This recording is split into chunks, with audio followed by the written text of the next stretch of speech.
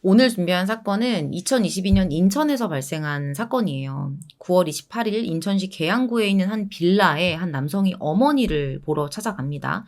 떨어져서 살고 있었는데 며칠째 연락이 안 돼서 걱정을 하다가 직접 찾아온 거죠. 당시 어머니가 이제 아버지하고 사별을 하고 빌라에 혼자 살고 있었거든요. 그렇게 도착을 해서 집 안으로 들어가는데 여기서 비극적인 광경을 마주하게 돼요. 어머니가 사망해 있었던 거죠. 이미 부패가 심하게 진행된 그 모습을 아들이 직접 보게 된 거예요. 경찰과 구급대가 도착을 해요. 아들은 도저히 이 일을 받아들일 수가 없었어요. 지금까지 큰 문제 없이 건강하셨었고 얼마 전에 통화도 하고 이제 문자도 되게 많이 주고받았었거든요. 누가 이런 상황을 상상이나 할 수 있었겠어요. 근데 현장에 도착해서 둘러보던 경찰이 단순 변사 사고라고 판단을 합니다. 일단 침입 흔적이 없었고요. 집안도 그냥 평소하고 다름없이 깨끗했고 어머니 몸에서 어떤 특별한 상흔 같은 것도 발견되지가 않았거든요. 일단은 이제 그래도 사인은 정확하게 밝혀야 되잖아요. 그렇게 부검에 들어가고 얼마 뒤에 결과가 나오는데 물론 아들 입장에서는 이 죽음을 받아들이기 힘들었지만 전혀 예상치 못한 결과가 나와요. 사인이 급성 에틸렌 글리콜 중독으로 나온 거예요. 이게 자동차에 넣는 부동액 성분이거든요. 근데 더 의문인 거는 꽤 오랜 기간 동안 이 부동액이 체내에 섭취되면서 독성이 쌓였던 것으로 추정이 된다는 겁니다. 그렇다면 박 씨가 스스로 부동액을 섭취를 한 거냐? 사실 그럴 가능성은 거의 없어 보였거든요. 자, 이렇게 부검 결과가 나오면서 경찰은 누군가 박 씨에게 부동액을 먹여서 살인을 시도했다라고 판단을 하고 이 사건을 살인사건으로 전환을 합니다. 일단은 가장 가까운 가족들부터 조사를 해야겠죠? 자녀들을 불러요. 먼저 이 사망한 어머니를 처음 발견했었던 아들에게서는 별다른 혐의점이 발견되지를 않아요. 사실 경찰이 주목하고 있었던 사람이 따로 있었습니다. 박 씨의 30대 딸이었던 김 씨였어요. 이 사람이 이제 결혼을 하고 어머니하고는 따로 살고 있었는데 평소에 엄마 집에 가장 많이 찾아왔었던 사람이었거든요. 그래서 조사를 좀 해봤던 거죠. 근데 조사를 하는 과정에서 경찰이 이 김 씨를 주목했던 이유가 있었습니다. 과거에 이제 어머니 박 씨가 사고가 나서 이제 병원에 입원을 한 적이 있었나 봐요. 그때 보험금이 한 4천만 원 가량이 나왔었대요. 근데 이 돈을 가족 모르게 본인이 수령을 해서 다 써버린 거예요. 개인적인 용도로. 뭐 그냥 돈에 미친 사람인가 보다. 너무 철없는 거 아닌가?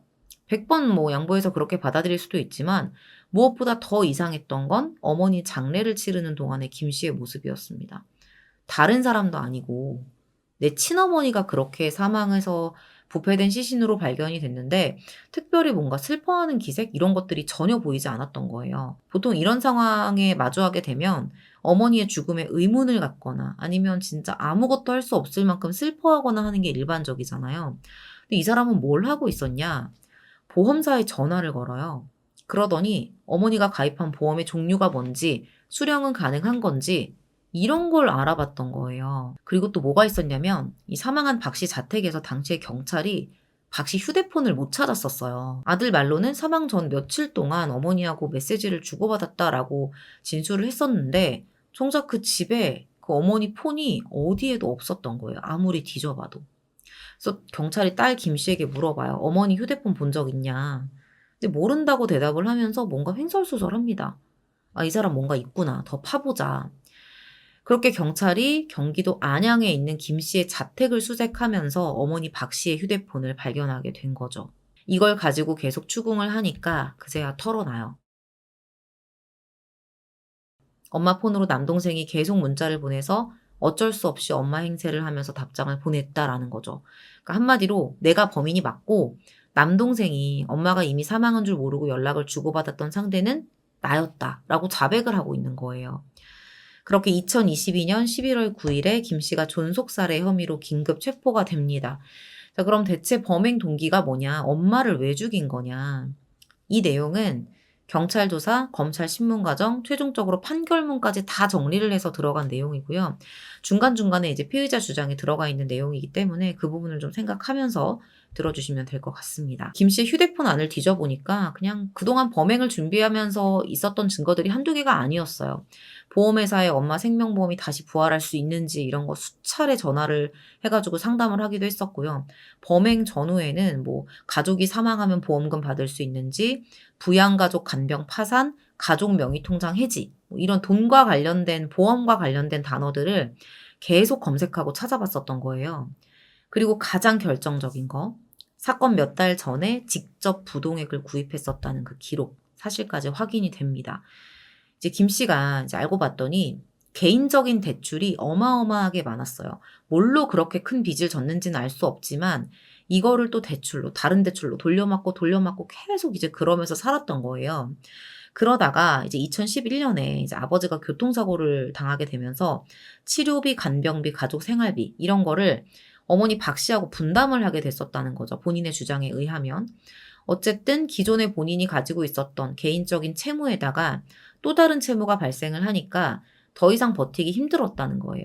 그것 때문에 개인회생을 신청했는데 그걸로도 이제 해결이 안 되는 상황이었어요. 제가 잠깐 어떤 말씀을 좀 드리고 넘어가자면 사실 이 사건이 제가 전달을 해드릴 때 이제 김 씨의 주장에 의한 게 들어가 있잖아요. 김 씨 주장에 의해서 뭐 김 씨의 개인적인 채무, 아버지가 아프실 때 들어갔던 비용 이런 것들이 합쳐져서 발생했다라고 말씀을 드리고 있는데 이제 뒤에서 말씀드리겠지만 재판 결과를 미리 잠깐 말씀을 드리자면 어머니를 살해하고 나온 보험금을 개인적인 채무를 변제하는 데 썼다라고 말을 하고 있거든요, 재판부에서. 그리고 특별히 뭐 아버지에 의해서 생긴 채무에 대한 이야기가 뭔가 이 형의 감경 사유로 나오거나 이런 내용들이 전혀 없었어요. 상고심까지. 최대한 저희가 자료를 확인해 봤을 때는 재판부에서 이 경찰 조사, 경찰 신문 내용, 실질적으로 그 돈이 사용된 경로를 파악을 했을 거기 때문에 이 보험금을 개인 채무에 썼다라는 게 좀 더 사실에 가깝다고 보고 사건을 전해드리려고 합니다. 이렇게 개인회생으로 회복되지 않는 상황 속에서 살다가 김 씨가 2018년에 결혼을 해요. 물론 남편한테는 내가 얼마나 많은 빚이 있는지 뭐 이렇게 허덕이고 사는지를 다 숨겼죠. 이혼을 당할 수도 있고 결혼을 못할 수도 있으니까. 그러면서 어떻게든 이 돈을 해결해야 한다라는 압박감에 본인이 시달렸다고 주장을 합니다. 그러다가 2019년부터는 퇴직을 하면서 이제 돈을 벌 수 없는 상황까지 가게 된 거예요. 결국에 뭐 다단계 온라인 마케팅 이런 걸 시작했는데 이것도 손실만 보고 끝납니다. 결국에는 독촉이 심해지니까 어머니 명의로 대출을 받아요. 그리고 어머니 집에 갈 때마다 금품을 훔쳐서 점점 이제 자신이 개인적으로 만든 채무를 어머니를 통해서 해결하려고 하는, 어머니에게 떠넘기는 그런 지경까지 가게 된 거예요. 그리고 이게 오래가지 못합니다. 어머니한테 들킨 거예요. 대체 언제까지 이렇게 살 거냐? 빚은 다 어떻게 갚을 거냐? 내 이름으로 대출받은 건 또 어떻게 할 거냐? 이런 말을 들으면서 되게 혼이 많이 났대요. 근데 그 과정에서 어머니에 대한 원망을 품게 됐다는 거죠. 결국에는 이건 내가 갚을 수가 없는 거다라고 판단을 하고 어머니의 사망보험금을 받아서 갚겠다라는 결심을 했다는 겁니다. 제가 이 사람이 살해 시도를 했던 1, 2, 3차까지의 사건에 대해서 설명을 드릴 건데 공통적으로 하는 말은 어머니가 너무 혼을 내서 그게 원망스러워서 라는 이야기가 꼭 들어가 있거든요. 나중에 재판에서도 이런 식으로 주장을 해요. 모발적이었다. 어머니가 너무 혼을 내서 화가 나서 그랬다. 물론 이제 인정은 못 받습니다. 근데 어쨌든 제가 말씀드리는 부분은 본인의 그런 주장들도 섞여 있는 범행 과정이라는 거예요. 일단은 과거에 받았던 그 보험금 4천만 원을 개인적으로 썼다고 말씀을 드렸는데 이게 개인 빚 갚는 데 썼던 거예요. 그 이후로는 이런 방법을 한번 써봤으니까 어머니를 살해하면 더 많은 돈을 받을 수 있을 거다라고 생각을 했었던 거죠. 근데 나중에 밝혀진 바에 의하면 그 사고에 의해서 4천만 원 받은 거 있잖아요. 그 사고도 김 씨가 벌인 짓이었습니다. 돈을 받으려고. 이게 경찰이 조사를 하다가 좀 이상한 걸 발견하면서 드러났던 거였어요. 그 이상했던 게 뭐였냐. 그 사고가 발생했던 날이 2022년 1월 15일이었어요. 근데 나중에 이제 어머니를 살해할 때 썼던 그 부동액을 구입했던 게 과거에 그 사고 2주 전이었던 거예요. 여기서 이제 경찰이 의심을 품게 된 거죠.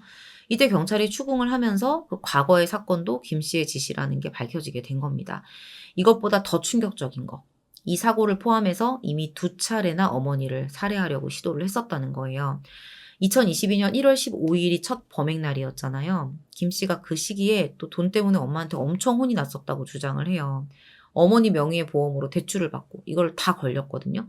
그때 막 혼나고 빚에 시달리고 이러면서 이제 어머니를 살해해야겠다라고 마음을 먹고 1월 3일쯤에 미리 부동액을 사놓고 시기를 엿봤던 겁니다. 언제 할까 언제 할까. 근데 어머님도 혼낼 수 있죠 당연히. 내 이름을 가지고 말도 안 되는 엄마를 속이고 그걸로 대출을 받아가지고 본인 빚을 갚았는데 그럴 수밖에 없잖아요. 그러다가 15일에 이제 어머니에게 수면제를 먹이고 재우고 쌍화탕 병에 이제 쌍화탕을 조금 부어서 버리고 그만큼을 이제 부동액을 섞어놨다가 어머니한테 건넸던 거예요.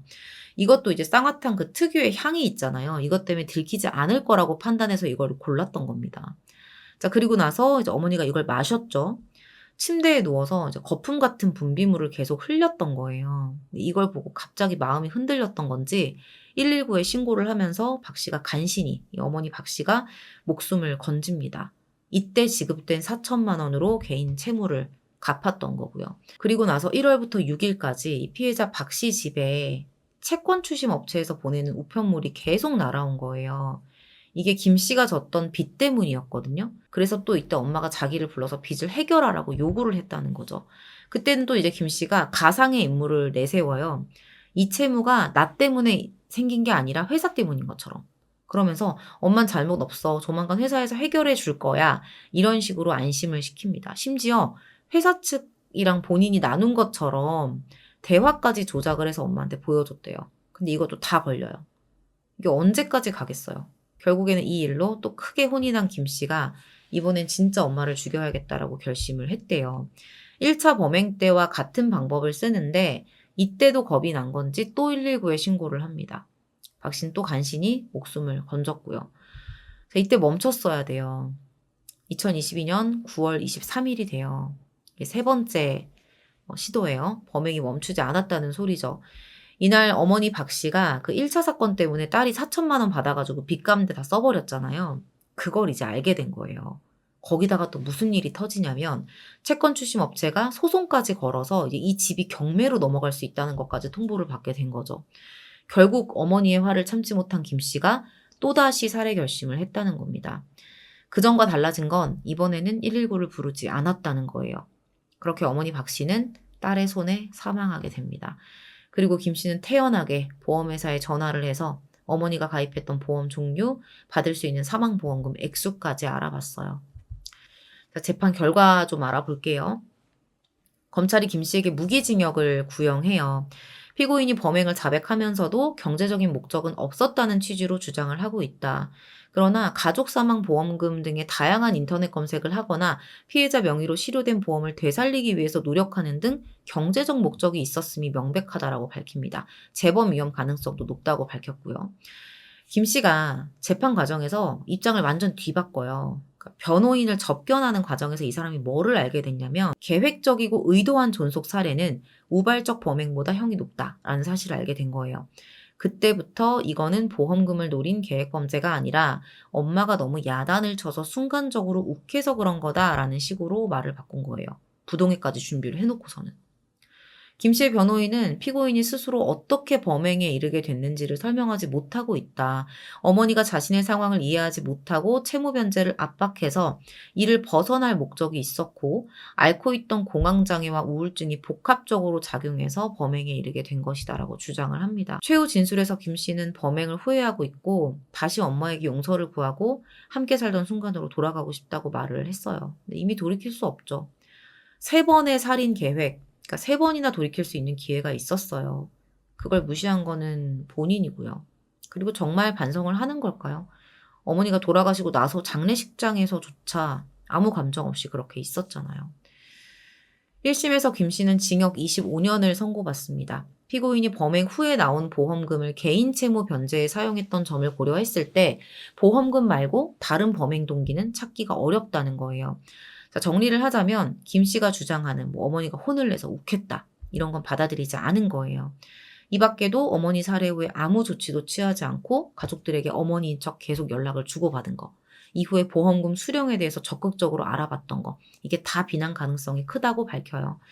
전자장치 부착 명령 요구에 대해서는 재범물 저지를 가능성이 없다라고 보고 기각을 합니다. 이후에 이제 항소, 상고까지 갔는데 최종적으로는 원심형이 확정되면서 25년형으로 마무리가 돼요.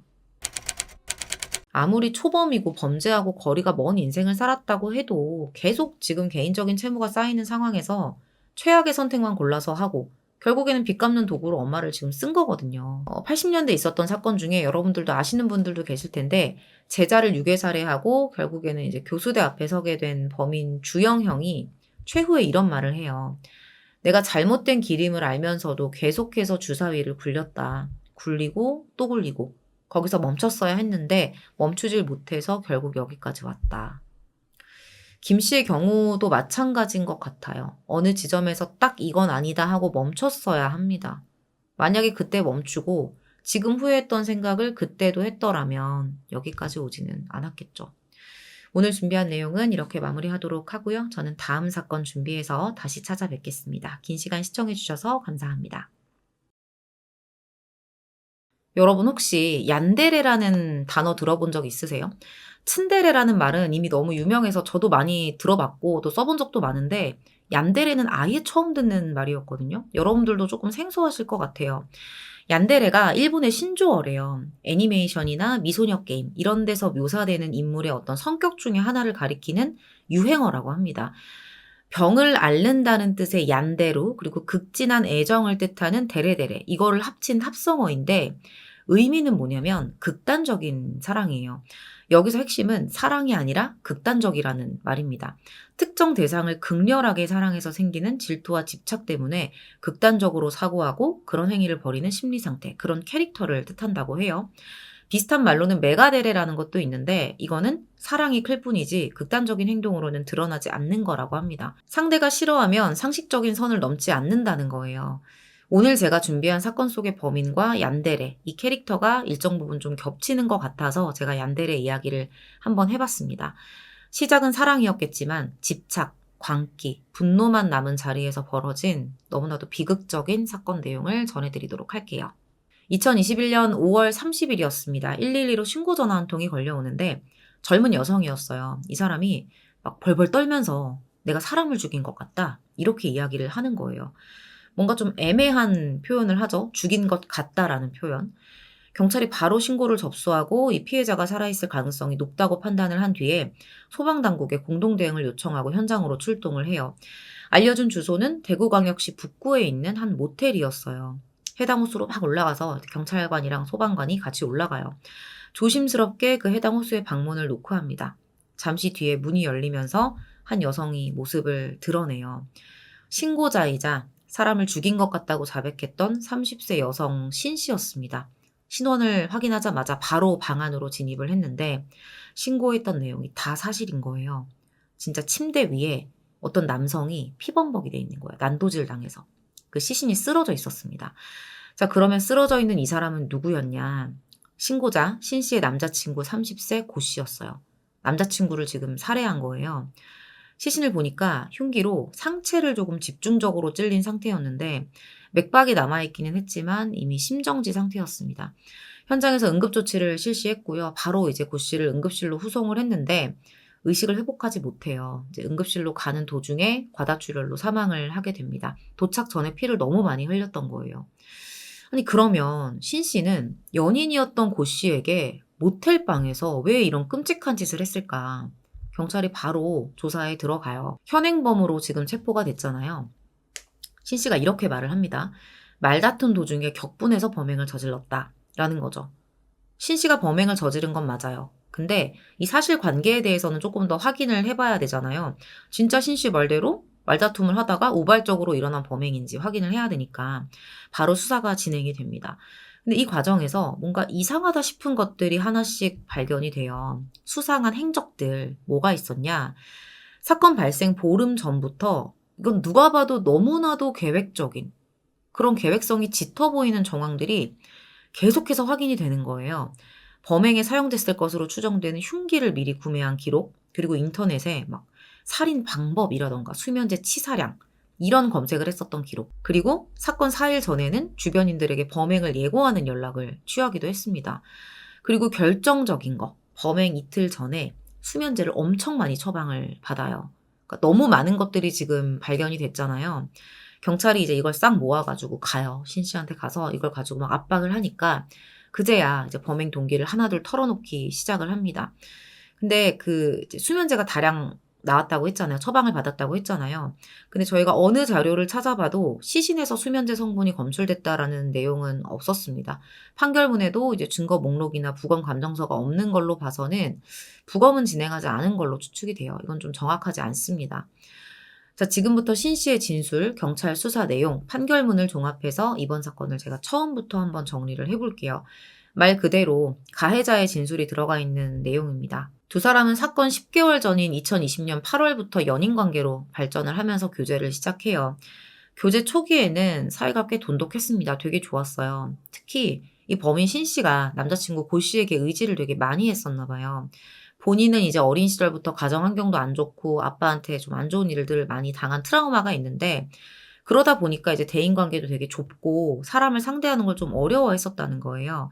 근데 고 씨가 그런 신 씨를 잘 이해해주고 마음을 열 때까지 기다려주고 막 그랬던 거죠. 그렇게 신 씨가 고 씨에게 마음을 열면서 자신의 비밀을 털어놓기도 하고 자기 어머니한테 이제 고 씨를 소개할 정도로 신 씨는 고 씨를 신뢰하게 된 거예요. 근데 이제 교제 시작하고 한 6개월 정도가 됐을 때 두 사람 사이에 진짜 결정적인 큰 균열이 하나 생깁니다. 고 씨에게 다른 여자가 있었던 거예요. 2021년 1월에 우연한 계기로 남자친구한테 다른 여자가 있다는 걸 알게 됐다는 거죠. 구체적으로 뭐 어떻게 알려지게 된 건지, 어떻게 알게 된 건지 이런 건 알려져 있지 않습니다. 그래서 여기서 1차로 충격을 받았는데 나중에 이 남자친구의 양다리 상대가 누군지 알고 더 충격을 받게 돼요. 양다리 상대. 17살 연상의 남편까지 있는 유부녀였던 거예요. 너무 열받아서 본인이 막 추궁을 했대요, 남자친구한테. 언제 어디서 어떻게 만났냐 막 따져 물었는데 여기서 고 씨의 대답이 또 충격이었습니다. 2015년부터 관계를 맺어왔다는 거예요. 2015년이면 신 씨하고 서로 알게 되고 교제한 그 시점으로부터도 한참 전이거든요. 그때부터 이미 이 내연녀를 만나고 있었다는 거죠. 만약에 이게 사실이면 적어도 이제 신 씨하고 사귀기 시작했을 때는 그 유부녀 그 여성이랑 관계를 끊었어야 되는데 고 씨는 그렇지 않았다는 거예요. 그래서 결국에는 이제 못 참고 신 씨가 먼저 헤어지자고 통보를 한 거죠. 자, 그런데 여기서부터는 여러분들도 잘 판단을 하면서 들어주세요. 신 씨가 이렇게 주장을 해요. 헤어졌는데 고 씨가 계속 자기한테 매달렸다는 거예요. 근데 이게 사실이면 신 씨에 대한 마음이 남아 있었다는 거잖아요. 그 남자친구 마음에. 어쨌든 그렇게 교제를 시작하고 6개월이나 자신을 기만했던 남자친구를 다시 받아들였다는 겁니다. 근데 진짜 이상한 거는 또 이런 거예요. 보통은 뭐 안 그럴 수도 있겠지만 보통은 이제 바람피다가 걸렸어요. 연인 사이에서. 그럼 바람핀 쪽이 먼저 매달려서 이제 관계를 이어가게 되면 기본적으로 그 바람피던 그 상대와의 관계부터 지금 정리를 하고 돌아와야 되는 거잖아요. 근데 신 씨에 의하면 고 씨가 그러지 않았다는 거예요. 여기서 더 이해할 수 없는 건 그걸 알면서도 신 씨는 그 만남을 계속해서 이어갔다는 겁니다. 사실 이게 남겨져 있는 이 살인자의 입에서만 나온 이야기들이다 보니까 경찰이 뭐 아무리 주변 인물들 조사를 했다고 해도 다 믿기가 어려운 게 사실이죠. 진짜 뭐 남자친구 고 씨가 다시 만나자고 해서 만난 건지 아니면 신 씨가 먼저 집착을 해서 어쩔 수 없이 관계를 이어나갔던 건지는 알 수가 없는 거거든요. 좀 이상한 건 그래요. 남자친구의 또 다른 여자 때문에 못 버티고 헤어졌다는 사람이 아직도 그 여자를 정리하지 못하고 있는 남자친구를 받아들이고 또다시 만남을 지속했다라는 것부터가 전 좀 이해가 안 가더라고요. 제 개인적인 생각은 그래요. 뒤에서 나중에 이제 고 씨가 보낸 문자 메시지 내용들이 나오겠지만 다른 여자가 있다라는 걸 들키고 나서 집착을 했던 게 오히려 신 씨가 아니었을까라는 생각도 해봤습니다. 그러니까 고 씨도 그 여성을 정리하지 않은 상태로 쉽게 말해서 본인이 갑인 상태로 신 씨를 받아들였을 수도 있다는 거죠. 지금부터 나오는 내용을 들어보시면 그런 추측을 좀 더 많이 하게 되는 것 같아요. 관계가 점점 이상한 방향으로 뒤틀려 가요. 신 씨가 오히려 이제 고 씨에게 집착을 하기 시작했다는 거예요. 이 집착이 재회를 하는 그 순간부터 있지 않았을까? 저는 이제 그렇게 생각을 하고 있는데 여러분들은 어떠실지 모르겠습니다. 어떤 변화가 있었는지 이 변화의 이유들도 사건의 전말을 들어보시면 생각의 흐름이 좀 잘 읽히지 않는다라고 느끼실 거예요. 어쨌든 이렇게 신 씨가 바람피운 남자친구에게 집착하기 시작하면서 이게 극단적인 방식으로 표현이 되기 시작해요. 2021년 5월에 신 씨가 고 씨에게 폭탄 선언을 날린 거죠. 네 아이를 임신했다. 책임져라. 그 여자랑 정리해라. 근데 문제는 뭐냐? 이게 다 거짓말이라는 거예요. 임신 같은 건 아예 하지도 않았습니다. 이런 거짓말까지 하면서 남자친구 고 씨를 붙잡으려고 했다는 겁니다. 고 씨의 반응이 어땠을까? 보통은 여자친구가 이제 예상치 못하게 임신을 했다라고 하면 정도의 차이일 뿐이지 놀라거나 뭐 좋아하거나 싫어하거나 되게 당황을 할 법도 한데 눈하다 깜짝하지 않았대요. 그래서 신 씨가 협박 문자를 날렸다는 거예요. 너 그 여자랑 정리 안 하면 너네들 관계 다 폭로해 버린다. 바로 이제 이 문자를 받고 고 씨에게서 답장이 왔는데 이런 내용으로 와요. 여태까지 가만히 있다가 그 관계를 정리하는 이유가 뭐냐? 지금 복수하는 거냐? 차라리 나를 죽여라. 정리하라는 이유가 뭐냐? 복수하는 거야? 복수할 거면 그냥 나 죽여. 나랑 그 사람은 알고 지낸 지 6년이다. 네가 그 사이에 낀 건데 무슨 자격으로 협박을 하면서 끌어내려고 하냐. 말은 죽이라고 했지만 진짜로 그 일이 벌어질 거라고는 고 씨도 생각하지 않았을 거예요. 근데 이미 신 씨의 집착이 뒤틀릴 대로 뒤틀려 있는 상태였습니다. 그렇게 살해를 결심한 신 씨가 범행 준비에 들어가요. 범행 보름 전부터 폰으로 온갖 범행과 관련한 무시무시한 내용들을 검색하기 시작해요. 확인해봤더니 진짜 오싹하더라고요. 사시미 칼, 도구만 있는 게 아니라 칼로 목을 이런 거 검색했고요. 잘 때 질식사, 베개 질식, 수면제 질식, 졸피뎀 치사량, 졸피뎀 음료, 수면 유도제, 약 받는 도구 이런 식으로 검색을 하면서 어떤 방법 같은 것도 찾아보고 쇼핑 사이트를 막 여러 군데를 뒤지다가 딱 하나가 이제 눈에 들어온 거예요. 유심히 살피더니 바로 이제 구매를 합니다. 결심한 듯이. 이게 뭐였냐면 독일에서 만든 건데 갈비칼, 육사시미 칼 이렇게 불리는 칼이래요. 되게 크고 예리해서 갈비 정형용으로 주로 쓰인다고 합니다. 며칠 뒤에 이제 흉기가 도착을 해요. 그리고 나서는 이제 본인의 신변을 정리하려고 합니다. 사촌 언니한테 연락을 해가지고 무슨 일이 생길 것 같으니까 엄마를 부탁한다. 뭐 이런 식의 이메일을 보내요. 그리고 그 메일에다가 뭐 집 주소, 통장, 카드 보관 장소, 그리고 계좌에 입금 예정인 돈 이런 것들을 빼곡하게 적어서 보냅니다. 이거는 뭐 자기가 죽을 수도 있다는 생각을 했던 것 같기도 하고 경찰에 검거된 이후에 어떤 그런 상황을 준비했다라는 느낌도 들어요. 그리고 범행 이틀 전인 5월 28일 그녀는 정신의학과를 방문해서 수면제를 처방받습니다. 졸피뎀을 무려 14일분을 처방을 받고 집으로 돌아왔고요. 그중에 한 12일분 정도를 빻아서 가루로 만들어서 따로 보관을 해둬요. 그렇게 모든 준비를 끝낸 신 씨가 곧장 계획을 실행에 옮깁니다. 이번에도 그 임신이라는 걸 빌미로 고 씨를 불러내기로 했는데 내용이 참 많은 사건을 봤지만 이런 식으로 피해자를 유인할 수도 있구나. 제가 오늘 제목에서도 말씀드렸지만 조금 소름 돋더라고요. 뭐라고 말하면서 유인을 했냐면 고 씨는 그 아이를 원하지 않았잖아요. 그걸 이용한 거예요. 술과 담배를 하고 관계를 가지면 스트레스로 인해서 화학적 유산이 된다. 아이를 원하지 않으면, 그러니까 낙태를 원하면 모텔로 와라. 사실 이것도 좀만 상식적으로 생각하면 말이 안 되는 허술한 이야기긴 했는데 고 씨가 그 제안을 받아들입니다.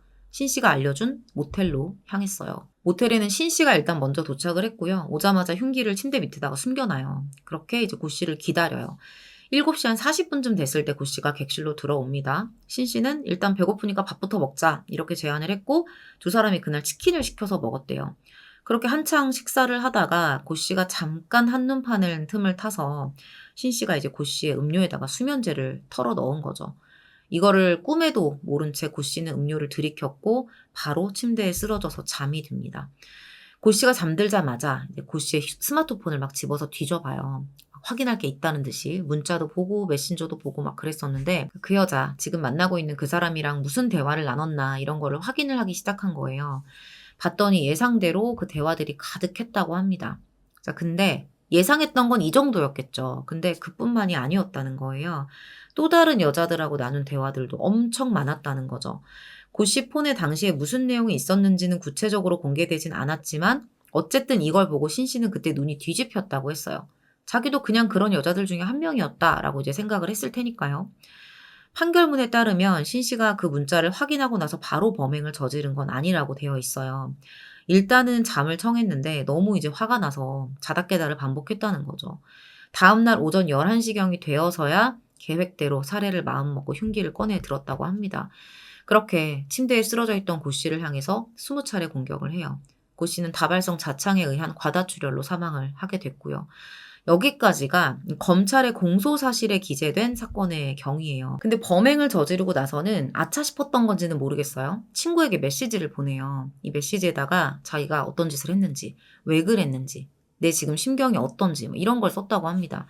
친구가 자수해라. 그러면 안 된다. 이렇게 자수를 권했는데 계속 그냥 나 어떡하지? 너무 후회돼. 무서워. 이런 답장만 계속 보내요. 그렇게 모텔방에서 한참을 고민했는데 이미 돌이킬 수 없는 선택을 했잖아요. 결국 친구 말을 따라서 경찰에 자수하고 체포됩니다. 재판 내용 전해드릴게요. 검찰이 신 씨를 살인 혐의로 재판에 기소를 해요. 신 씨도 법정에서 살해 사실을 인정하기는 했는데 심신미약을 주장합니다. 이 사람이 약간 우울증 같은 게 있었거든요. 그래서 선처를 호소하는 거죠. 평소 앓고 있던 우울증이 있어서 심신미약 상태였습니다. 신 씨 말대로 일단 여부는 확인을 해봐야 되니까 정신감정 명령을 하고 결과를 받았는데 인정을 받을 수가 없죠. 어떻게 우울증이 살인의 이유가 될 수 있겠어요. 우울증 환자들이 얼마나 많은데. 범행 이전에 지속적인 우울 상태로 상황 판단력이 저하됐을 수는 있지만 범행 당시를 생각해보면 사물 변별 능력이라던가 의사결정 능력이 부족할 정도의 심신미약은 아니라는 거예요. 재판부 생각도 같았습니다. 사전에 범행을 치밀하게 준비했던 거, 범행 이전에 신변을 정리했던 거, 범행 후에 사건의 구체적인 내용이 담긴 문자를 보낸 거, 이런 것 등을 근거로 해서 심신미약 주장을 받아들이지 않아요. 그렇게 1심 재판부의 판단은 징역 18년이 나옵니다. 살인은 어떤 이유로도 합리화될 수 없다. 연인 관계인 피해자에게 앙심을 품고 계획적으로 살인을 준비하고 실행에 옮겼고 매우 잔인한 방법으로 살해를 했다. 큰 충격을 받은 유족이 엄벌을 탄원하고 있다. 엄중한 책임을 묻지 않을 수가 없다. 다만 피고인이 잘못을 인정하고 있고 스스로 신고하고 자수했으며 범행 이전에 전과가 없다는 것, 심신미약에 이르진 않았지만 우울증 등으로 다소 불안정한 정신상태에서 범행을 저지를 것으로 보인다고 밝혔습니다. 그렇게 1심에서 18년형이 선고가 된 건데 여기서 끝난 게 아니에요. 항소를 했죠. 이 사람 상고까지 가거든요. 새로운 증거가 나오면서 항소심에서 3년 감형이 돼요. 뭐가 발견된 걸까요? 항소심에서 신씨 측 변호인이 새로운 주장을 하는 거예요. 사실 오인의 위법, 여러분들도 들어보셨을 것 같은데 사실 오인의 위법이 있었다라고 주장을 하는 거죠. 1심에서 신씨에게 참작될 만한 어떤 지점이 있었음에도 불구하고 이게 빠졌다는 겁니다. 그럼 그 지점이 뭐냐? 검찰 조사 받았잖아요. 검찰 조사 받을 때 신 씨가 고 씨한테 수면제를 먹였다고 했었거든요. 근데 그 수면제를 먹은 직후에 했던 어떤 행동에 대한 내용이 빠졌다는 거예요. 고 씨에게 수면제를 먹인 후에 자기가 생각이 바뀌었대요. 불륜 사실을 세상에 알려서 망신을 주려고 했었고 고 씨를 화장실로 데려가서 토하게 했다는 거죠. 그럼에도 고 씨가 침대에 자꾸 누우려고 했고 큰일 날까봐 무서워서 고 씨를 계속 깨웠다는 거예요. 그러던 와중에 고 씨의 휴대폰 패턴을 풀어서 내연녀와 나눈 메시지를 보게 된 거다. 이런 식의 진술 내용이 담겨 있었어요. 다음날 아침에 고 씨가 멀쩡히 눈을 뜨고 있었대요. 그래서 혹시 어제 무슨 일 있었는지 기억나? 이렇게 물어봤더니 아무것도 기억을 하지 못하고 있었고 그냥 나 오랜만에 푹 자서 개운한데? 이런 말을 했다는 거죠. 그 후에는 같이 침대에서 잠들었다가 일어났다가 잠들었다가 일어났다가 이걸 반복했었고 자신이 그러니까 신 씨가 투숙 시간을 조금 연장하려고 모텔 수부실에서 결제까지 했다는 거예요. 그리고 나서 신 씨가 고 씨한테 이렇게 물어봤대요. 불륜을 인터넷이나 세상에 알리면 너 어떻게 할 거야? 그랬더니 고 씨가 너를 총으로 쏴 죽이거나 칼로 놓겠다. 이렇게 대답을 했다는 거예요. 그 순간 그 말에 나를 함부로 대한 것에 화가 나서 고 씨를 칼로 찔렀다는 거죠. 변호인 측에서는 수면제를 먹인 직후에 신 씨가 살해 계획을 포기했었다라는 점을 공략한 거예요. 그때 사진을 공개를 했는데 이게 대중에 공개되진 않았지만 고 씨가 구토를 했던 거, 샤워하는 게 찍혀 있었던 거 이런 것들이 있었습니다. 근데 이 사진을 왜 남겼을까요? 그리고 이거는 고 씨 스스로가 수면제 때문에 속이 안 좋아서 구토를 했을 수도 있는 게 아닐까? 그런 생각도 드는데 항소심 재판부는 1심에서 사실 오인의 위법이 있었다는 그 주장을 받아들입니다. 그렇게 3년이 깎인 거예요. 최종 15년형이 선고가 된 거죠. 항소의 이유가 타당하고 유족을 위해서 3천만 원을 공탁하는 등 피해 회복을 위해 노력한 점을 감형 이유로 설명을 합니다. 이것도 이제 과하다고 상고를 하긴 했는데 더 이상의 범인이 바라는 반전 같은 거는 없었어요. 여러모로 좀 궁금한 점이 상당히 많이 남았던 사건인 것 같아요.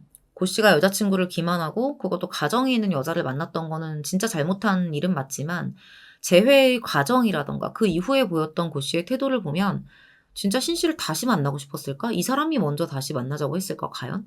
그런 행동이 아니었거든요 보면. 그러니까 양다리 상대를 정리하지도 않았고 오히려 문자로는 자기가 갑인 것처럼 문자를 막 보냈었죠. 신 씨의 주장대로 정말 고 씨가 매달려서 다시 만난 게 맞는가? 저는 이 부분이 조금 의문이 들더라고요. 결국 그 의문에서 출발한 저 개인적인 추측은 재회는 범인 신 씨의 집착과 매달림이 있었을 거고 이후에는 그거를 사랑이라는 이름으로 이제 포장을 해서 핑계를 대면서 극단적인 방향으로 나아가게 된 게 아닌가라는 생각입니다. 남자가 바람을 피고 양다리를 걸쳤으니 죽을만 했다. 누가 어쩔만 했다. 이거는 이 사건의 본질은 아닌 것 같아요. 신 씨가 살해를 결심하고 흉기를 준비했던 건요. 고 씨가 여러 여성과 연락을 했다는 사실을 알기 전이었습니다. 물론 신 씨 본인은 여러 여성과 연락을 했다는 사실과 자신을 막대한다는 것에 분노해서 살해를 했다라고 말을 했지만 처음 살인을 계획했던 이유는 자신의 집착이에요. 그거는 시점상으로도 명확하게 증명이 된 이야기고요. 집착을 하게 되는 과정도 이해가 안 가는 건 아니에요. 누구보다 힘들었던 자신의 시간들을 이해해줬던 사람이기 때문에 그게 가식이었든 뭐가 됐든 남들과는 다르다고 생각을 했겠죠. 근데 그런 사람이 결국에는 알고 보니 나를 가지고 놀았던 사람이라는 거. 거기서 오는 분노까지 누가 뭐라고 할 수 있겠어요. 다만 그 이후에 지속된 집착, 거짓말, 끔찍한 살인 계획과 실행이 이 비극을 만들었다는 게 문제겠죠. 오늘 준비한 내용은 이렇게 마무리하도록 하고요. 저는 다음 사건으로 다시 찾아뵙겠습니다. 긴 시간 시청해주셔서 감사합니다. 요즘은 결혼이나 어떤 출산을 하는 게 자신의 행복을 위한 어떤 선택 사항이 되고 있죠. 원하지 않으면 꼭 남 눈치 봐가면서 결혼을 하거나 뭐 사람들이 하니까 뭐 이런 식으로 결정을 할 필요가 없습니다. 때가 되면 꼭 결혼을 해야 되고 때가 되면 꼭 아이를 낳아야 한다라는 그런 어른들 말씀에 맞춰서 본인의 인생을 살아가지도 않아요. 결국 그거를 책임지는 건 그러니까 그게 내 삶이잖아요. 그건 본인의 몫인 거고 행복의 기준을 만들거나 유지하는 방법도 본인이 판단하에 해야 될 문제인 거니까요. 그렇기 때문에 뭐 어떤 삶이 옳다 그르다 말할 수가 없어요. 더군다나 개인의 선택으로 이루어지는 것들에 대해서는 함부로 말을 해서도 안 됩니다. 결혼은 더 큰 행복을 위한 옳은 선택이야 라고 말을 하기도 하지만 사실 삶이라는 게 우리 생각하고는 정말 일부러 그러나 싶을 정도로 반대로 흘러가요. 내 생각이나 어떤 계획, 꿈과는 다르게 전혀 다른 파탄의 길로 가기도 합니다. 근데 이렇게 가는 상황에서 가장 힘든 건 누굴까요? 당연히 당사자들도 있겠지만 가장 큰 피해자는 자녀들일 거라고 생각을 해요.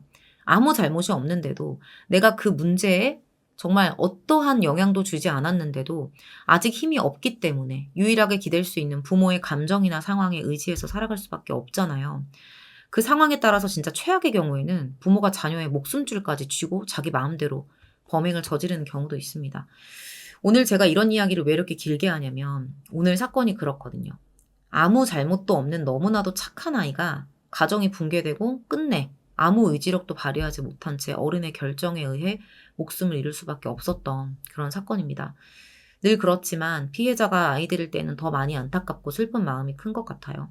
지금부터는 2007년에 경기도 광명에서 발생한 사건을 전해드릴게요. 2007년 10월 28일 밤 9시경이었어요. 경기도 광명에 한 여관이 있는데 이 여관 주인이 언제부턴가 이게 무슨 냄새야 할 정도의 심한 악취를 느끼게 돼요. 문제는 이 냄새가 점점 심해지고 있었다는 거죠.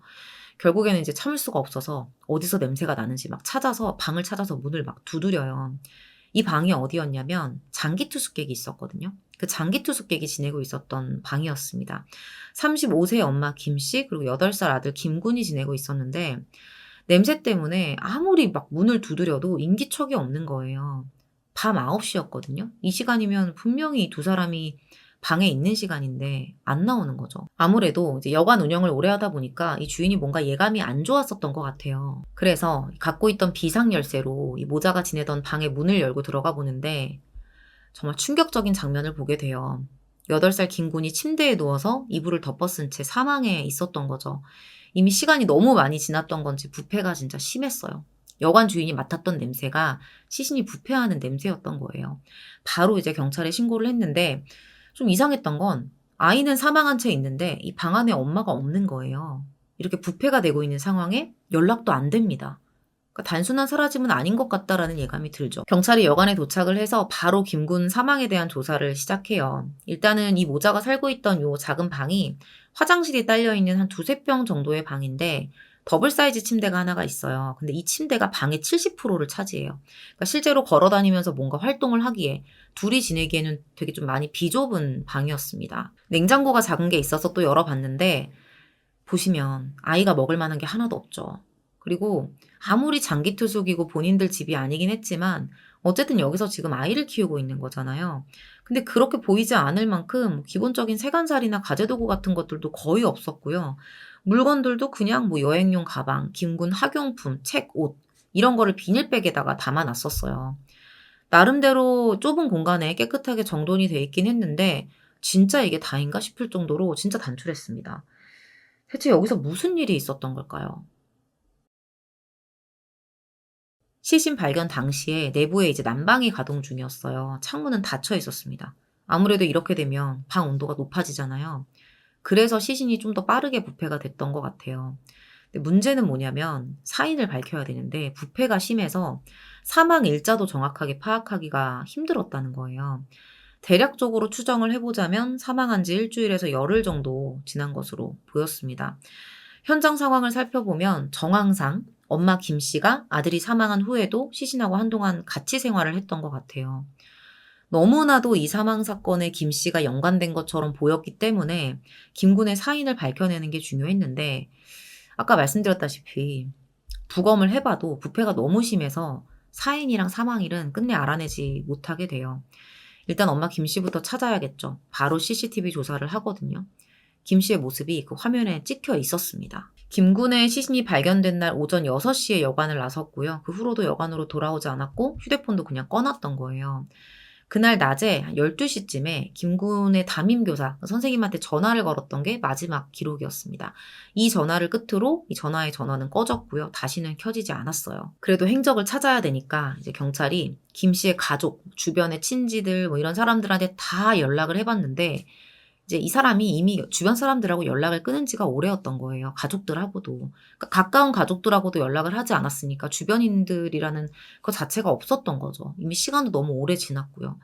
누구에게 물어봐도 어디 있는지 모르는 거예요. 이 두 모자가 여관에서 장기 투숙을 하고 있는 것도 그렇고 상황 자체가 평범하진 않잖아요. 그래서 뭔가 좀 특별한 상황인 것 같다라는 판단하에 경찰이 이 모자의 상황에 대해서 알아내기 위해서 남편이 있었거든요. 남편 김 씨의 행방을 추적하기 시작해요. 근데 이 남편은 일단 휴대폰이 없었고 그것도 이제 가족이나 가까운 사람들하고 다 연락을 끊었었대요, 이 사람도. 그래서 도무지 행적을 찾을 수가 없었어요. 그러다가 11월 14일에 이 남편이 김군 사망 사건을 조사 중인 경찰에 자진 출석을 해요. 뉴스를 확인할 수 없는 상황이었는데 그러다 보니까 뭐 아들이 어떻게 됐는지 아내가 어떻게 됐는지 이런 거를 전혀 모르고 있었던 거예요. 그러다가 이제 남편의 행방을 찾고 있는 경찰의 연락을 받았던 이 김 씨의 형이 동생한테 어렵게 연락을 했던 거죠.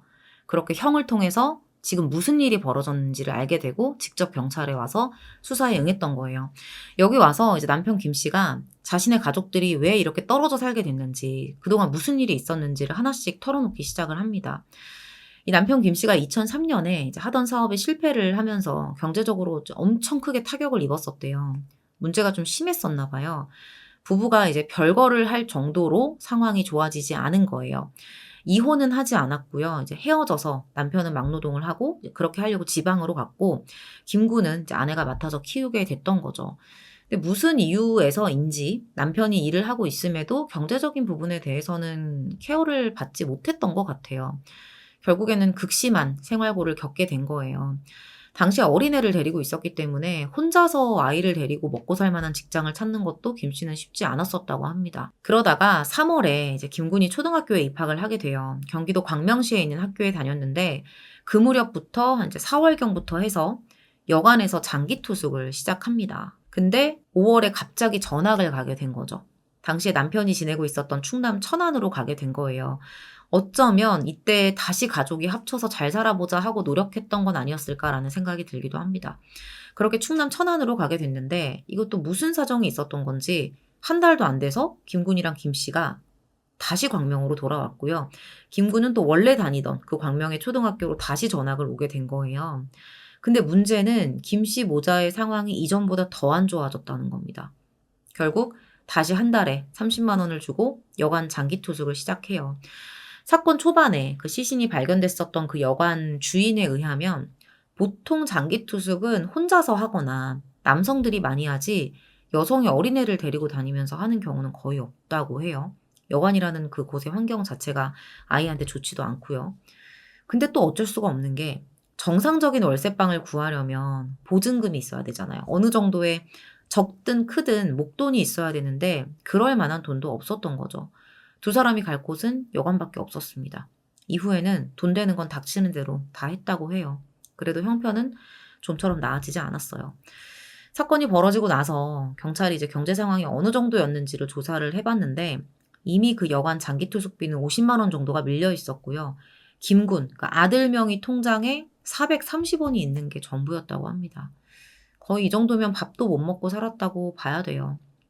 그런 상황에서 거의 반년 가까이 여관 생활을 하고 있었던 거죠. 근데 이 정도로 힘들었으면 주변 사람들이 진짜 몰랐을까 싶거든요. 근데 주변인들이 전혀 몰랐어요. 얼마나 어려운지. 이게 겉으로는 티가 잘 안 났던 것 같아요. 아들을 항상 직접 등하교를 시키고 옷차림도 진짜 누가 봐도 어려운 형편이 티가 나지 않을 정도로 깔끔하게 입혀서 보냈다고 합니다. 또래에 비해서 키도 크고 성장 발달도 되게 좋아서 담임 선생님이 장군감이라고 부를 정도였대요. 거기다가 성격도 밝고 친구들하고도 잘 지내고 공부도 중상위권. 학교 생활, 숙제, 준비물 뭐 하나 빠짐없이 잘 해내는 아이였다는 거죠. 학구열도 높았고요. 사실 아이가 이 정도를 하려면 부모가 옆에서 진짜 많이 케어를 해줘야 되거든요. 실제로 그랬어요. 학부모들이 참여하는 뭐 학교 행사 이런 것들도 적극적으로 김 씨가 참여를 했었고 운동회, 현장 악습, 뭐 부모님이 청소하는 거 이런 것도 빠짐없이 참석해서 열심히 합니다. 그러다 보니까 아무도 이 모자의 어려운 부분에 대해서는 상상조차 하지 못했던 거예요. 근데 밖에서 이렇게 지내는 모습하고는 다르게 일이 없는 날에는 이 여관방에 틀어박혀서 거의 나오질 않았다고 합니다. 아들의 그런 학교 생활 이런 것들 말고는 다른 종류의 대인관계에서는 상당히 소극적인 태도를 보였고 주변 사람들하고는 거의 이제 다 연락 끊기고 교류를 하지 않았었다고 해요. 그러던 10월 15일에 그날부터 뭔가 문제가 생기기 시작합니다. 10월 15일에 김군 담임교사가 김 씨에게 연락을 받아요. 김군이 아파서 학교에 갈 수가 없다는 거예요. 그 후로도 이제 학교에 나오지 않았었는데 담임교사 측에서 하는 말은 이제 김 씨하고 계속 연락이 잘 되고 있었고 문자나 전화도 계속 주고받고 있었기 때문에 특별한 문제점을 느끼지 못했고 진짜 그냥 아픈 줄로만 알고 있었다고 해요. 근데 얼마 후에 김 씨의 어떤 의문스러운 행적들이 확인이 됩니다. 아들이 결석을 하고 있는 동안에 본인은 학교 근처까지 와서 서성거리고 있는 거예요. 이걸 같은 반 친구들이 봤었던 거죠. 이런 어떤 알 수 없는 행적을 남겨놓고 김 씨가 일주일 뒤에 사라집니다. 김 씨의 시신도 발견이 됐었던 거예요. 왜 나타났을까요? 그 시점이 이미 아들을 살해했기 때문에 학교에 아프다고 거짓말을 한 거라면 자기 발로 왜 학교에 나타냈을까? 이건 조금 의문이 들더라고요. 그러면 그동안 남편은 뭘 하고 있었을까? 충남 태안에 있는 여관에서 장기 투숙을 하면서 건설 현장에서 막노동을 하고 있었습니다. 휴대폰도 없어서 연락하는 사람도 없었고 그냥 진짜 철저히 고립된 상태로 일만 하면서 지냈다고 해요. 이거 사건 벌어지고 뉴스에 되게 크게 났었는데 뉴스를 안 보니까 아들의 사망 자체를 아예 모르고 있었던 거예요. 일방적인 주장이긴 하지만 남편 김 씨는 이렇게 말을 합니다. 아내를 한 달에 한 번 정도 만나서 생활비를 100만 원 정도씩 줬는데 연락이 안 된 지 보름 정도 돼서 이상하다고 생각을 하고 있긴 했다. 그리고 아내와 아들이 여관에서 장기 투숙하면서 지냈다는 건 나도 몰랐다라는 거죠. 경찰 조사를 해봐도 아들이 사망하고 아내가 잠적한 것에 대해서 남편과는 특별한 연관성이 없어 보였기 때문에 경찰은 남편 김 씨를 그렇게 돌려보냅니다. 자, 그러면서 아들 이제 유골, 이게 안치된 납골당이 어딘지를 알려줬었대요. 한번 가보라고. 근데 보고 싶지 않다면서 끝내 들르지 않았다고 해요. 아버지 입장에서 진짜 보고 싶지 않았던 건지 염치가 없어서 그랬는지 모르지만 아이는 아빠가 보고 싶지 않았을까요? 가서 미안하다고 한마디라도 이 아이가 듣고 싶었을 수도 있는 거잖아요. 당시 그 아이의 장래는 부모의 행방을 알 수 없는 상태였기 때문에 남편의 형이 대신 치러줬다고 합니다. 이후로도 경찰이 계속해서 김 씨의 행방을 추적했는데 도저히 찾을 수가 없는 거예요. 이쯤 되니까 뭔가 아이를 그렇게 해놓고 죄책감 때문에 안 좋은 선택을 한 게 아닐까 이런 의혹까지 생기고 있었어요. 그렇게 무려 1년 가까이 11개월이라는 시간이 흘러요. 근데 이때부터 슬슬 김 씨의 의문스러운 행적들이 확인이 됩니다. 시간이 거의 1년 가까이 흐르긴 했는데 경찰은 계속 김 씨의 가족들을 지켜보고 있었거든요. 주변 사람들. 근데 갑자기 그 사라진 김 씨의 어머니, 그 어머니의 명의로 휴대폰이 개설이 된 거예요. 문제는 어머니가 이 폰을 사용하고 있는 것도 아니었고 다른 가족도 사용하지 않았다는 거예요. 그럼 도대체 이건 누가 개설을 했냐는 거죠. 이런 의심스러운 흐름을 경찰이 바로 파악을 합니다. 통화 기록 확인했고요. 위치 추적까지 마쳐요. 김 씨는 살아있을 거다. 이렇게 확신을 하고 추적 끝에 2008년 10월 2일 잠적했던 김군의 엄마와 김 씨를 검거해요. 김 씨는 순순히 자신이 아들을 살해했다는 걸 인정해요. 그동안 무슨 일이 있었는지 경찰에 진술을 합니다. 김 씨가 주장하는 사건의 진실을 전해드릴게요. 역시나 이유는 극심한 생활고였어요. 이것 때문에 더 이상 살기 힘들다라는 생각이 들었고 아들을 살해한 뒤에 자신도 그렇게 하기로 결정을 했다는 거죠. 그래서 그러니까 날짜를 정확하게 기억을 못했던 것 같아요. 10월 중순경에 자고 있는 아들의 얼굴을 베개로 질식사시키고 본인도 시도를 합니다. 근데 실패를 해요. 본인도 살해 후에 했던 어떤 결심이 있었기 때문에 시신을 유기하는 것에 대해서 고민을 하지 않은 걸까? 그냥 여간에 두고 나갔잖아요. 그런 생각을 하기도 했었는데 결론적으로 1년이 다 되는 시간 동안 본인의 살해 사실을 자수하지 않고 피해 다녔죠. 그리고 생각을 해보면 저는 그 시신 유기에 대해서 고민하지 않았다라고 보기보다는 처리할 방법을 끝내 찾지 못했던 게 아닐까라는 생각을 했거든요. 보름 동안 시신이랑 같이 생활을 하다가 결국은 본인이 나갔잖아요. 못 버티고. 시신을 처리하려면 아무래도 이동수단도 있어야 되고 뭐가 됐든 도구가 필요한데 이것조차 할 여력이 없었을 수도 있겠죠. 그렇게 아들 시신을 버려두고 본인은 전국을 돌아다니면서 찜질방에서 도주 생활을 합니다. 식당 일용직 일을 하면서 돈을 충당하기도 했었어요. 그 일용직 일로 본인의 삶을 충당할 수 있었으면 아이를 그렇게 죽였으면 안 되는 거죠. 도대체 그러니까 진짜 부패해가는 자기 손으로 죽인 아들을 보면서 보름 동안 무슨 생각을 했을까요? 그렇게 도피 생활을 하면서 어느 정도 본인도 안정을 찾고 경찰도 조금 느슨한 것 같은 뭐 이런 생각, 그런 착각에 어머니 명의로 폰까지 만들어서 사용을 했던 것 같습니다. 김 씨에게는 살인죄, 사체유기죄가 적용이 됐는데요. 제가 결과까지, 그러니까 판결 어떻게 끝까지 났는지도 말씀을 드리고 싶은데 이 사건에서 김 씨의 최종 형량에 대한 부분은 공개되지가 않았고요. 그래서 오늘 내용은 여기까지 전해드리도록 하겠습니다.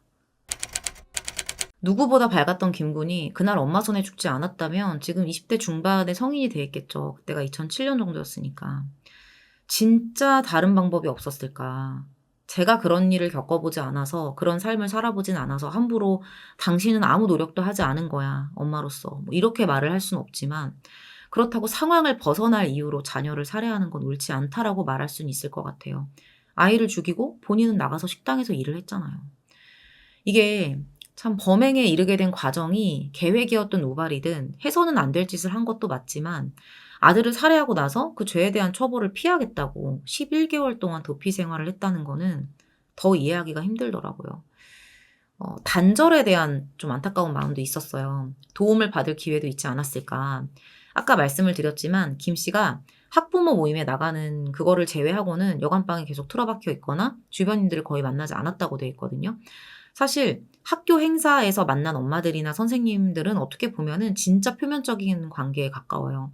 아무리 적극적으로 내가 거기 나가서 그 사람들을 자주 보고 활동을 한다고 해도 내가 지금 이런 상황이고 돈도 없고 힘들고 이런 이야기를 굳이 하지 않거든요. 특히나 이 엄마 같은 경우에는 아들이 정말 그런 환경에 있을 거라고 느껴지지 않을 만큼 잘 입히고 깔끔하게 해서 내보냈던 그런 엄마였잖아요. 아마도 이 김씨 모자의 상황이 주변에 알려지지 않은 건 그 이외에 좀 더 깊은, 그러니까 내 속 얘기를 할 수 있는 주변인들과의 관계가 단절됐기 때문이 아닐까 싶습니다. 어쩌면 티가 나지 않았던 게 아니라 그들이 이걸 눈치채고 도와줄 기회조차 없었다고 봐야겠죠. 내가 말하지 않으면 먹고 살기 바쁘잖아요, 다들. 그러니까 타인의 삶까지 들여다볼 여유가 없거든요.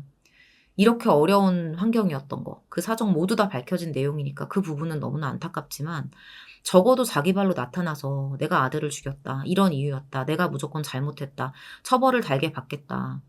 뭐 그런다고 그 죄가 사라지는 건 아니겠지만 이런 것도 없이 그저 피해 다니기만 한다는 건 진짜 마지막 남은 엄마의 역할까지 버린 거 아닌가요? 아들을 죽였잖아요. 행복을 위해서 결혼을 했을 거고 자식도 낳았겠죠. 이 사건에서 제가 가장 슬픈 건 딱 두 가지였어요.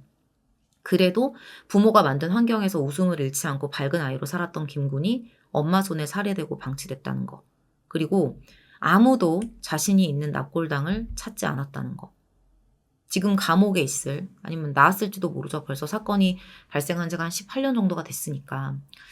김 씨 부부 모두 남은 삶에서 이 아들에 대한 죄책감에서는 벗어나지 않았으면 좋겠습니다.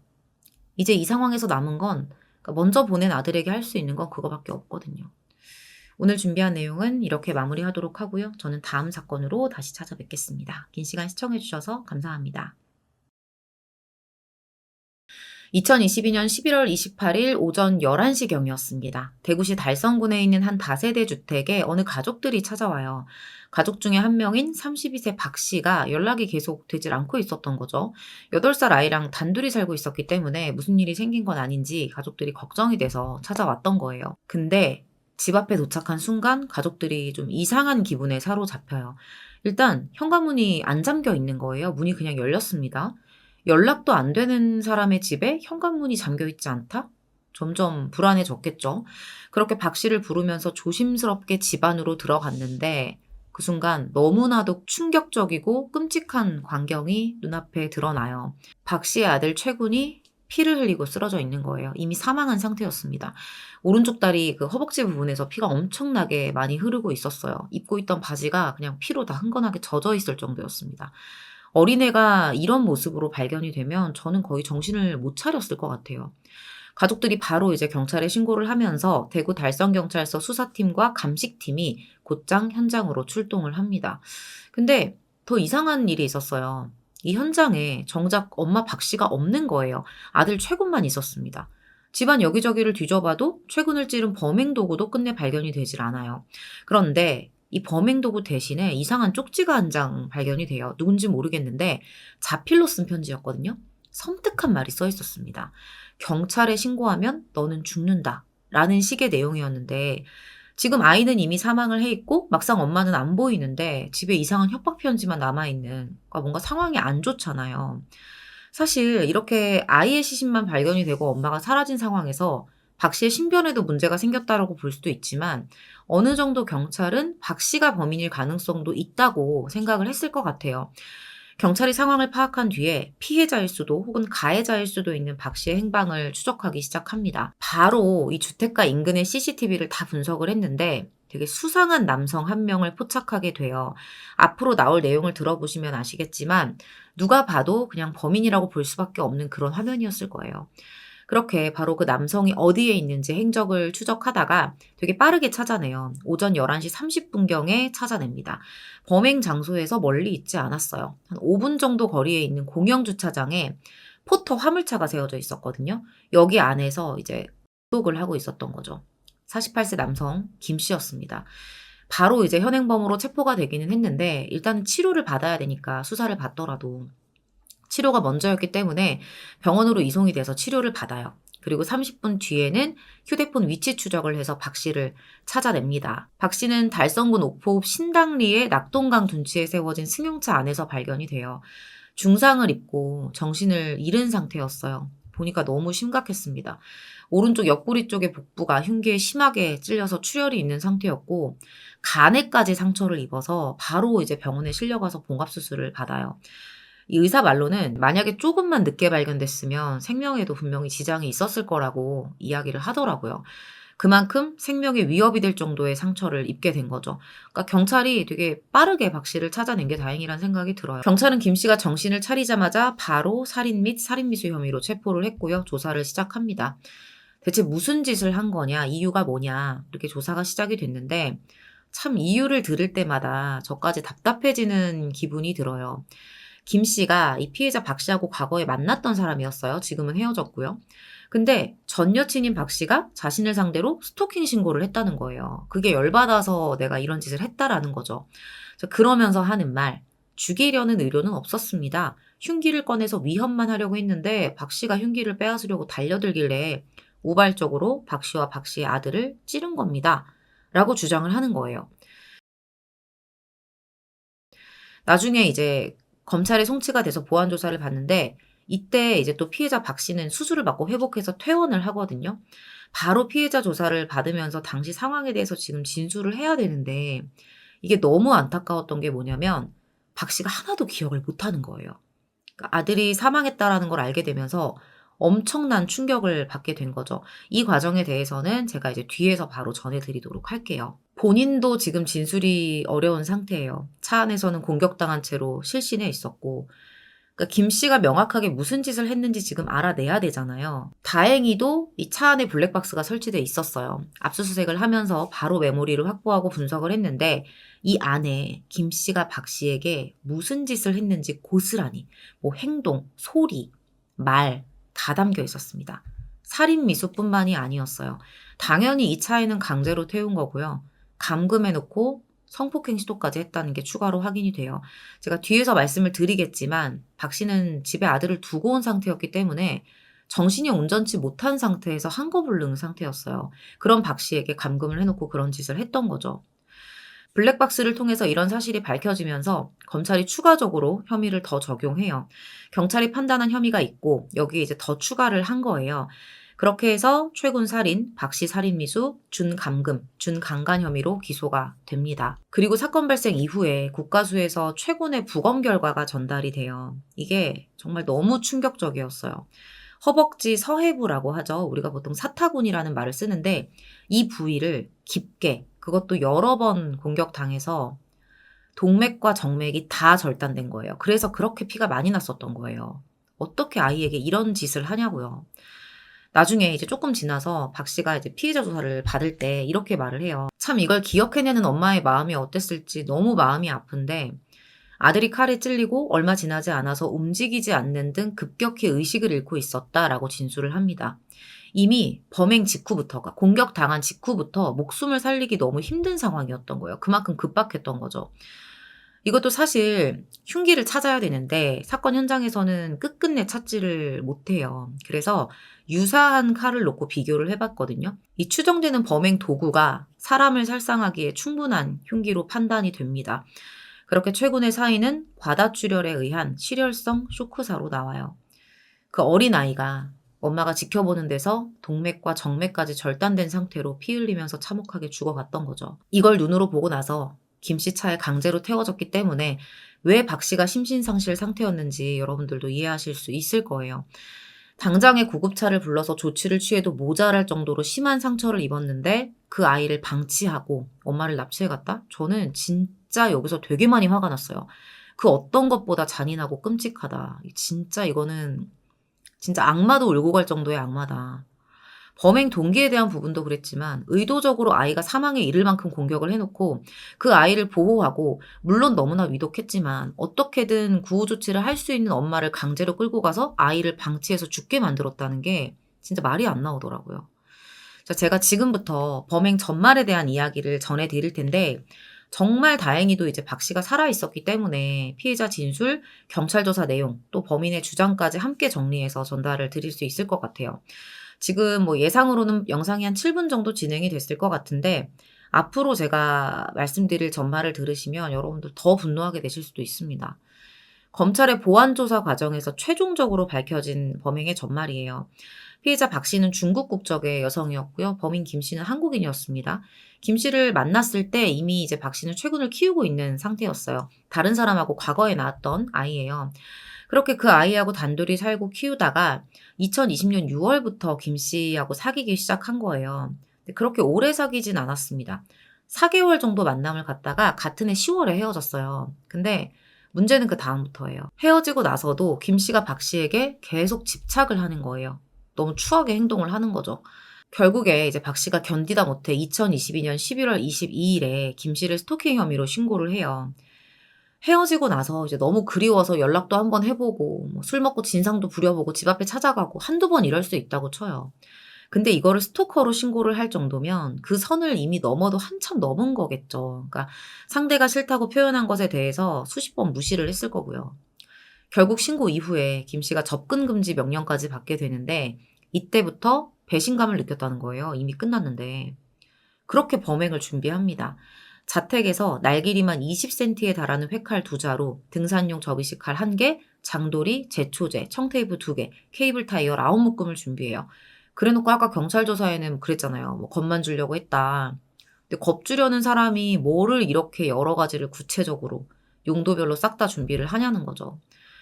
결국에 본인이 저지른 짓에 대해서 떳떳하게 밝히지도 못할 거면서 왜 이런 나쁜 행동, 나쁜 짓 이런 것들을 벌이려는 겁니다. 참 그래 놓고는 자신의 심정을 담은 편지까지 썼대요. 그렇게 범행 디데이를 11월 28일로 정했고요. 그렇게 그날 새벽 일찍 대구 달성군에 있는 박 씨의 거주지를 향해서 출발을 합니다. 얼마나 철저했는지 박 씨를 이제 죽이러 가는 거를 누가 알게 될까 봐 평소에 본인이 타던 차가 있었어요. 이거를 먼저 일단 박 씨 집 인근에 있는 주차장에 세워두고 본인은 포터 화물차를 운전해서 범행 장소 앞에 주차를 해놔요. 그리고는 집 현관문 앞에서 박 씨가 이제 출근하려고 나올 거니까 그때까지 기다리고 있었어요. 오전 8시 10분경 박 씨가 현관문을 엽니다. 그 틈을 놓치지 않고 흉기를 들고 박 씨를 이제 강제로 밀면서 집 안으로 침입을 해요. 그냥 평범한 날이었죠. 출근하려고 문을 열었는데 무방비 상태에서 문을 열고 밀고 들어오는데 어떻게 할 수가 있겠어요? 힘을 쓸 수가 없었습니다. 바로 이제 충격을 그대로 몸으로 받고 바닥에 넘어졌는데 이때부터 막 복부를 걷어차기 시작해요. 진짜 정신을 차릴 수 없을 정도로. 근데 저는 이 부분이 너무 가슴 아팠어요. 이거를 아들 최군이 본 거예요. 엄마가 넘어져서 맞고 있는 거를.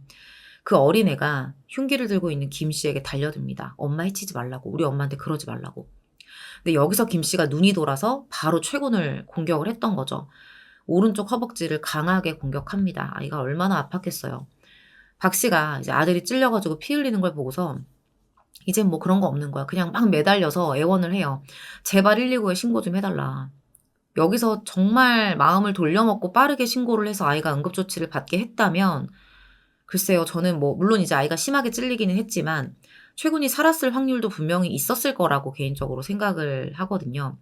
근데 보시면 아시지만 여러분들도 많은 사건들을 보셨지만 보통 이 살인자들은 범행을 하다가 중간에 마음을 돌려먹지 않아요.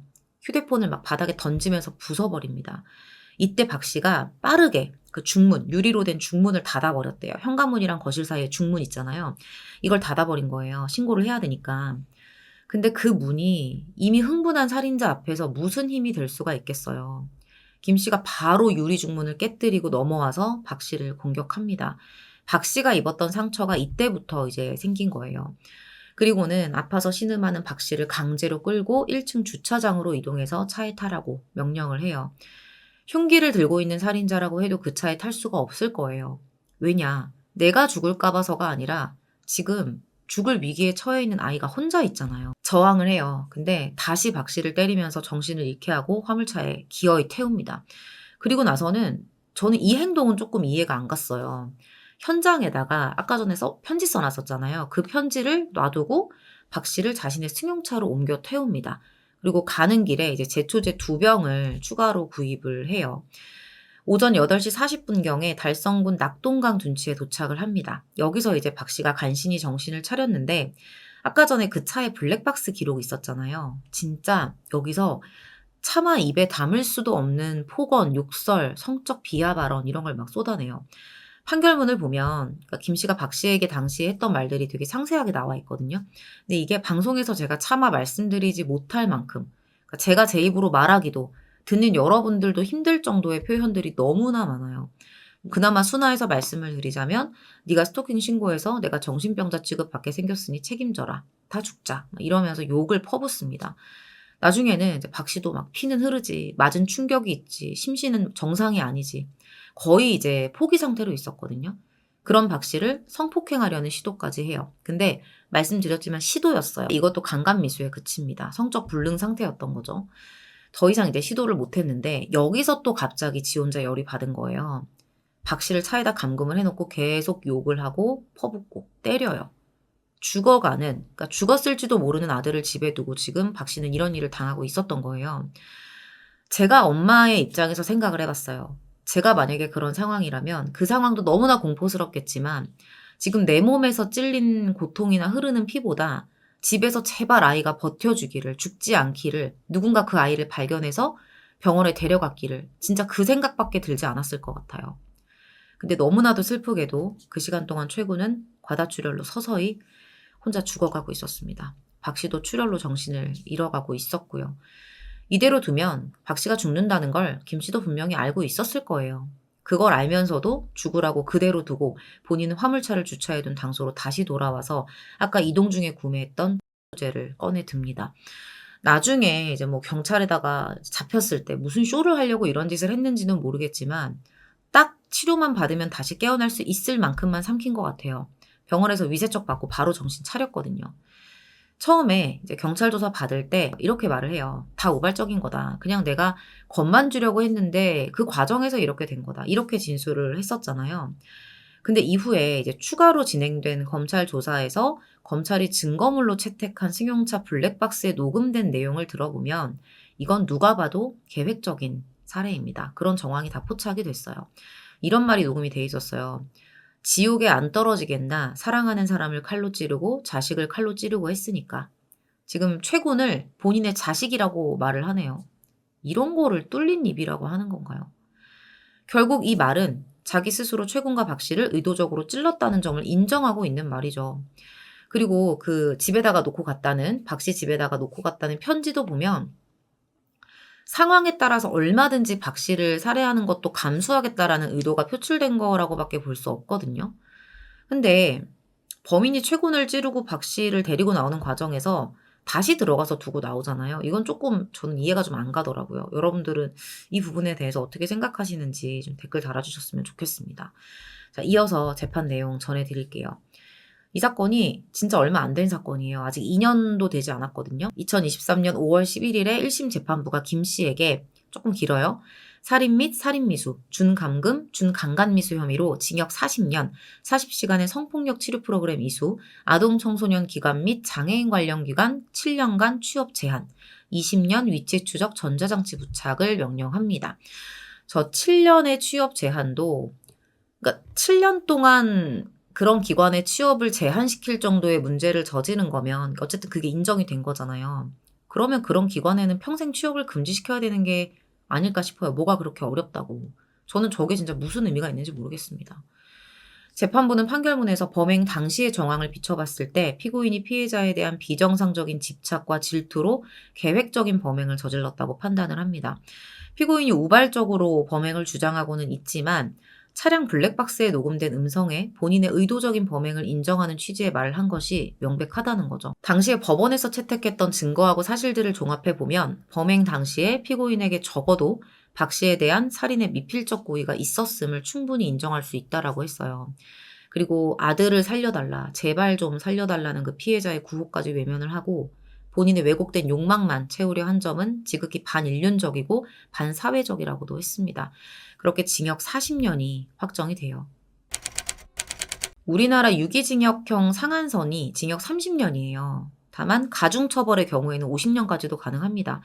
2010년 4월 14일까지 유기징역의 상한선은 15년이었고요. 가중처벌의 경우 25년이었는데 그해 4월 15일에 이제 형법 개정이 되면서 유기징역형의 상한선이 30년, 가중처벌 시 50년으로 지금 높아진 거예요. 저희 채널에서 한 몇 달 전에 다뤘었던 호스트바 손님 살인사건 기억하실 텐데 이때도 이제 범인이 유기징역 상한선을 넘는 징역 42년형을 선고를 받은 적이 있었고요. 조주빈 아시죠? 조주빈도 징역 42년에 전자발찌 30년 부착 명령을 확정받습니다. 찾아보니까 최근에 5년형이 더 추가가 됐더라고요. 대구판 돌려차기 범인에게는 국내 사법사상 최장기 유기징역형인 징역 50년이 선고됩니다. 물론 나중에 이제 이거는 절반 가까이 감형이 되면서 논란이 좀 있었어요. 여러분들 사건 내용 들으시면서 저마다의 시각, 저마다의 마음으로 보셨을 거라고 생각을 해요. 끔찍하게 범행을 저지른 김 씨에 대한 분노는 당연한 거고요. 저 포함해서 많은 분들이 살해된 최군에 대한 생각을 많이 하지 않으셨을까 싶습니다. 자기 감정, 자기의 이기심과 집착에 휩싸여서 돌이킬 수 있는 시점들을 철저하게 무시하고 두 사람의 인생, 더 나아가서 이 사건을 기억하고 있는 남아있는 가족들의 삶까지 다 엉망으로 만들어버렸습니다. 자녀의 죽음은 형용할 수 있는 말이 없다라고 하잖아요. 그 정도로 진짜 가슴 아픈 일인데 자녀가 사망하게 된 이유가 아이의 약함을 무시한 살인자의 짓이라면 이 아이에 대한 그리움에 희석되지 않는 분노에 자신에 대한 죄책감, 이걸 다 부모가 짊어지고 살아가야 하거든요. 그 부모가 짊어져야 할 삶의 무게가 너무 잔인하다는 생각이 듭니다. 이번에 발생했던 대전 초등학생 살해 사건도 그랬었고요. 오늘 준비한 내용은 이렇게 마무리하도록 하겠습니다. 저는 또 다른 사건 준비해서 다시 찾아뵙도록 할게요. 긴 시간 시청해주셔서 감사합니다.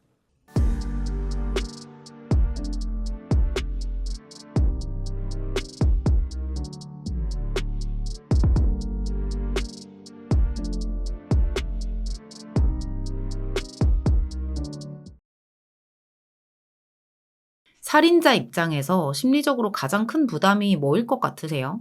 바로 지금 대답 나오신 분들도 있을 건데 시신의 존재입니다. 그래서 어떻게든 이거를 은폐하려는 시도를 하는데 생각보다 쉽지는 않아요. 부피랑 무게가 있으니까. 그러다 보니까 어떤 살인자들은 시신을 훼손하기도 하죠. 이동하기 편하게끔.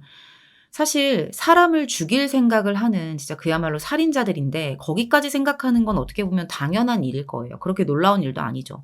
근데 오늘 제가 이런 이야기로 사건을 시작하는 이유는 오늘 나올 사건의 범인이 사건과 시신을 은폐하는 과정에서 다름 아닌 가족을 이용했다는 거예요.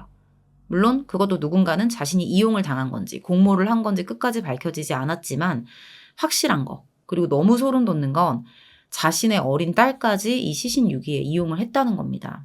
준비한 내용 바로 전해드릴게요. 2020년 5월 16일 저녁 9시경이었어요. 경기도 파주시에 살고 있던 주민 박 씨가 경찰에 신고를 해요.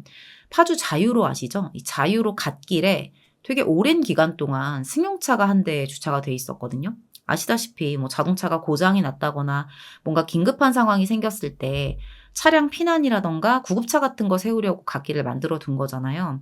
부득이한 어떤 사정이 있는 경우를 제외하고는 갓길 차로에서 정차나 주차를 할 수는 없거든요. 근데 아무리 봐도 이 주민이 봤을 때는 뭔가 뭐 그렇게 특별하게 위급 상황으로 안 보이는데 이 차가 계속 오랫동안 있으니까 좀 이상했던 거예요. 경찰이 도착하자마자 차량 조회를 합니다. 차주는 54세 여성 김 씨였는데 연락이 안 되는 거예요. 그래서 이 차주의 남편에게 전화를 걸어요. 지금 자유로에 차를 대고 차주가 사라졌다. 근데 남편은 영문을 모르는 거예요. 무슨 일인지. 결국에 이제 이 이야기를 듣고 계속 아내가 돌아오기를 기다리다가 이제 연락도 안 되고 돌아오지를 않으니까 다음날 실종 신고를 하게 됩니다. 차가 발견된 이 자유로 쪽의 CCTV를 확인해 봤어요. 봤더니 김 씨가 있었습니다. 직접 여기까지 운전을 해서 왔는데 갓길에다가 차를 버리듯이 대놓고 그냥 홀연히 사라져 버린 거예요.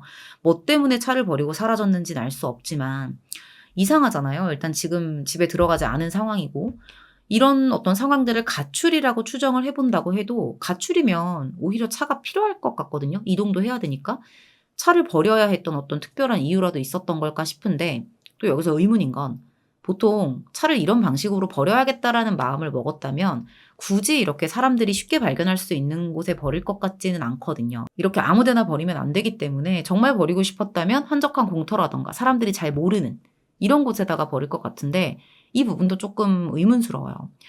경찰도 이것에 대해서 의문이 있었습니다. 이거 어쩌면 단순 가출이 아닐 수도 있겠다. 어떤 사건에 연루됐을 수도 있겠다라고 판단을 합니다.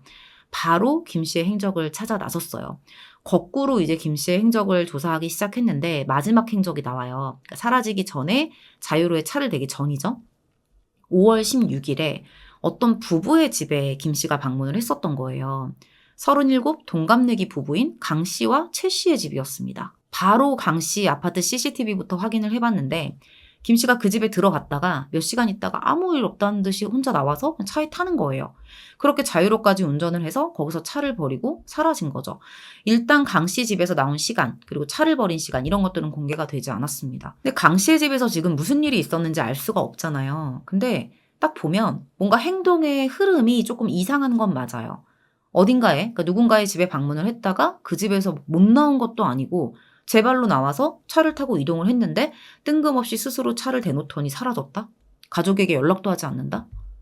뭔가 그 집에 들어가기 전과 후에 뭔가 김 씨의 행동이 좀 이해하기 힘든 방향으로 흘러가는데 분명히 영향을 준 게 있을 거란 말이에요. 그래서 이때부터 경찰이 저 부부 집에서 무슨 일이 있었던 것 같다. 이 부부를 의심을 하기 시작해요. 뭔가 이 부부의 집에서 내가 잠적하고 싶을 만큼 안 좋은 일이 있었나? 라는 생각을 한 거죠. 근데 저 지금 말하면서도 조금 너무 소름 돋거든요. 경찰이 아예 몰랐던 게 있어요. 완전히 속아 넘어간 게 있었습니다. 강 씨 부부가 김 씨한테 어떤 육체적인 해를 가하지 않았다는 거는 일단 경찰이 인지한 부분이었잖아요. 제 발로 걸어 나갔으니까. 그러다 보니까 이 두 부부를 의심하기는 했지만 뭔가 혐의점은 찾을 수가 없는. 그래서 용의선상에도 올릴 수 없는 상황이었거든요. 그래서 경찰이 아까 전에 확인해봤던 그 CCTV, 김 씨가 나가는 그 CCTV를 다시 여러 번 계속 반복적으로 확인을 해봐요. 근데 너무 이상한 게 있었던 거죠. 처음에 강 씨 집으로 들어가던 김 씨, 그리고 강 씨의 집에서 나오던 김 씨의 모습이 묘하게 다른 거예요. 같은 옷을 입고는 있는데 왜 이상하지 싶어서 계속 반복적으로 자세히 확인을 해봤는데 나오는 사람이 김 씨가 아니었습니다. 누구였냐? 강 씨의 아내인 최 씨였던 거죠. 이유는 알 수 없지만 최 씨가 김 씨의 옷을 입고 마치 김 씨인 것처럼 행동을 하면서 집을 나와서 김 씨의 차를 끌고 파주 자유로까지 간 거예요. 그리고 중요한 건 그 집에 들어갔던 진짜 김 씨가 강 씨 집 밖으로 나오는 장면은 어디에도 찍혀 있지 않았습니다. 이건 100%죠. 이들 부부의 손에 김 씨가 사망했을 거다. 경찰이 이런 CCTV 분석 과정을 하고 나서 바로 이제 강 씨 부부의 집을 수색하기 시작해요. 긴급 체포가 됐고요. 명백한 증거를 딱 들이대니까 바로 범행은 인정을 해요. 그때 강 씨가 뭐라고 주장을 하냐면 내가 김 씨랑 내연 관계였다. 그냥 이제 그만 만나야겠다 싶어서 김 씨한테 관계를 정리하자고 했는데 김 씨가 이별을 받아들이지 않으면서 그걸 따지겠다고 우리 집에 찾아왔었다라는 거예요. 그래서 가족들한테 내연 관계에 걸릴까 봐 겁이 나서 서로 싸우다가 내가 우발적으로 살해를 했다라고 주장을 하는 거죠. 이후에는 시신을 훼손해서 이제 서해바다에 유기했다라고 했었고요. 강 씨 아내였던 최 씨도 같은 말을 해요. 두 사람이 내연 관계였다는 거. 그리고 사건이 벌어지고 나서 내가 그걸 은폐해주기 위해서 김 씨인 척 차를 버리고 시신을 유기했다는 거. 그러니까 두 사람이 강 씨, 최 씨, 이 부부 두 사람이 미리 입을 맞춘 건지는 모르겠지만 너무 이상하죠. 이상하지 않아요? 아내 모르게 하려고 싸우다가 내연녀를 살해했는데 이후에 시신 은폐를 아내가 함께 도왔다? 이게 만약에 사실이면 우발적 살인이라고 했잖아요. 아내 입장에서는, 아내 최 씨의 입장에서는 그 짧은 시간 동안 남편한테 내연녀가 있었다는 사실을 알게 된 거죠. 그리고 그 사람을 남편이 죽였다는 사실까지 받아들여야 되는 거예요. 그 상황에서 또 그 짧은 시간에 냉정함을 찾고 시신을 유기해야 되는 거거든요. 그 시신에 옷까지 입고. 도무지 이게 앞뒤 상황이 이해가 안 가고 잘 연결이 안 되는 느낌이기는 해요. 그렇게 이 부부에 대한 수사가 진행이 되면서 5월 21일이 됩니다. 그날 오후 9시 35분경에 충남 갯벌 해상에서 한 관광객이 갯벌에 나갔다가 뭔가를 발견하게 돼요. 뭔가 사람 팔 모양 같은 게 좀 있어서 마네킹인가? 이렇게 생각을 했었는데 그 주변에 또 사람의 어떤 머리 형태가 있었던 거예요. 이어져 있지는 않은. 9시 30분에 갯벌에서 이런 형상을 보면 얼마나 무서웠겠어요, 이분도. 바로 경찰에 신고를 하고 출동한 경찰이 확인을 해봤는데 사람의 시신이었습니다. 근데 몸 전체가 다 발견이 됐던 건 아니었고요. 머리하고 왼쪽 팔만 발견이 돼요. 어떻게 된 상황인지 아시겠죠? 다행히 이제 그 왼쪽 팔에 손가락에 지문이 남아있어서 지문 감식으로 신원 조회를 해봤는데 강 씨 부부가 살해한 김 씨로 밝혀집니다. 며칠 사이에 토막 시신으로 발견이 된 거예요. 지금 강 씨 부부가 범행을 인정했고 또 치정 관계로 인한 우발적인 살인이라고 똑같이 진술을 했잖아요. 거기다 이제 시신까지 발견이 됐고요. 사건이 되게 쉽게 해결될 것처럼 보였어요. 근데 경찰은 이 부부가 하는 주장을 있는 그대로 믿을 수가 없는 거예요. 아까 제가 말씀드린 부분처럼 경찰도 그런 판단을 했는지는 모르겠지만 일단 경찰이 이상하다고 생각했던 건 살인과 시신 훼손까지 가기에 어떤 범행 동기예요. 그런 식으로 진행이 되기에는 뭔가 석연치 않다라고 느낀 거죠. 그래서 추가 조사를 진행을 해요. 해보니까 살인을 저지른 건 다른 이유였습니다. 이 강 씨하고 사망한 김 씨 사이에 돈 문제가 얽혀 있었던 거예요. 강 씨가 김 씨한테 줘야 되는 어떤 돈이 있었던 거예요. 김 씨는 또 강 씨한테 계속 돈을 달라고 독촉하고 있는 상황이었던 거고요. 경찰이 이걸 파악하고 나서 돈 문제 얽혀 있는 거 다 알고 있다. 이렇게 어떤 확보된 정황에 대해서 강 씨에게 이야기를 하니까 그게 맞다라고 진술을 번복합니다. 근데 바로 뒤에 나오는 내용을 여러분들이 들어보시면 여기서 강 씨가 또 약간 진술을 번복을 해요. 지금 이 사건이 판결문, 제가 항상 판결문을 확인을 하는데 판결문이 비공개 상태더라고요. 그래서 언론에 공개된 사건 내용 그리고 재판 결과 그런 것들이 전해진 내용들이 있어요. 이걸 바탕으로 제가 정리를 해봤습니다. 일단 사건 당일에 이 살인을 저지른 이 부부만이 알고 있는 이야기가 있다는 걸 생각하면서 여러분들이 들어주시면 될 것 같아요. 자, 일단 강 씨와 김 씨, 이 두 사람이 어떤 관계냐? 피해자 김 씨와 강 씨 꽤 오래된 사이였습니다. 강 씨가 상가 분양사무소에서 일할 때 몇 년 정도 같이 일을 했었던 팀장과 직원 관계였던 거죠. 강 씨가 팀장, 김 씨가 팀원. 아시는 분들도 있겠지만 이런 일 같은 경우에는 상가가 얼마나 분양이 잘 되냐에 따라서 수당을 받는 시스템으로 돼 있잖아요. 김 씨가 되게 열심히 해서 상가 분양을 완료했는데 본인이 받아야 되는 성과금이 있었거든요. 근데 이거를 거의 지급받지 못했다는 거예요. 바로 이제 팀장한테 가서, 팀장이 강 씨였으니까 강 씨한테 가서 수당을 지급을 해달라 이렇게 요구를 했었다는 거죠. 근데 나중에 경찰이 확인을 해보니까 이 피해자 김 씨 말고 다른 직원들도 수당을 받지 못한 사람들이 있더라고요.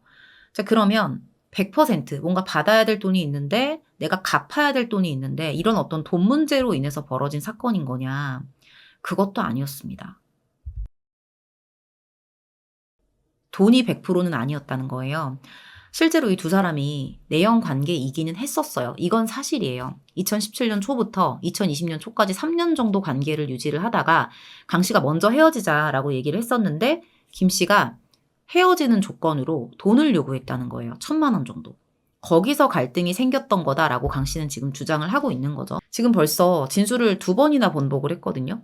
번복된 그런 진술들을 종합을 해보면 결국에는 치적 문제도 있었고 한 직장에서 얽힌 돈 문제도 있었고 뭐 헤어지자고 하는 과정에서 돈을 요구했던 이런 것들이 범행 동기로 작용한 걸로 볼 수가 있는데 이거는 제 생각이지만 헤어짐을 조건으로 김 씨가 1,000만 원을 달라 이렇게 했다기보다는 피해자 입장에서는 자기가 일하는 과정에서 못 받은 성과금이 있잖아요.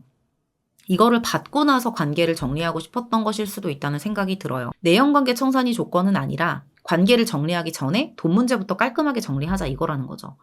이렇게 돈 문제, 치적 문제가 얽혀있는 상황에서 김 씨가 돈을 달라라는 메시지를 보내요. 근데 이거 정확한 시점은 모릅니다.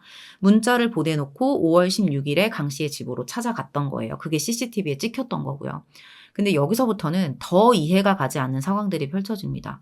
두 사람이 싸우고 살인이 벌어진 곳이 어디 뭐 집 근처가 아니었거든요. 막 찾아서 돈 내나 하는데 강 씨가 밖으로 나가가지고 거기서 싸운 게 아니에요. 강 씨의 집 아니었습니다.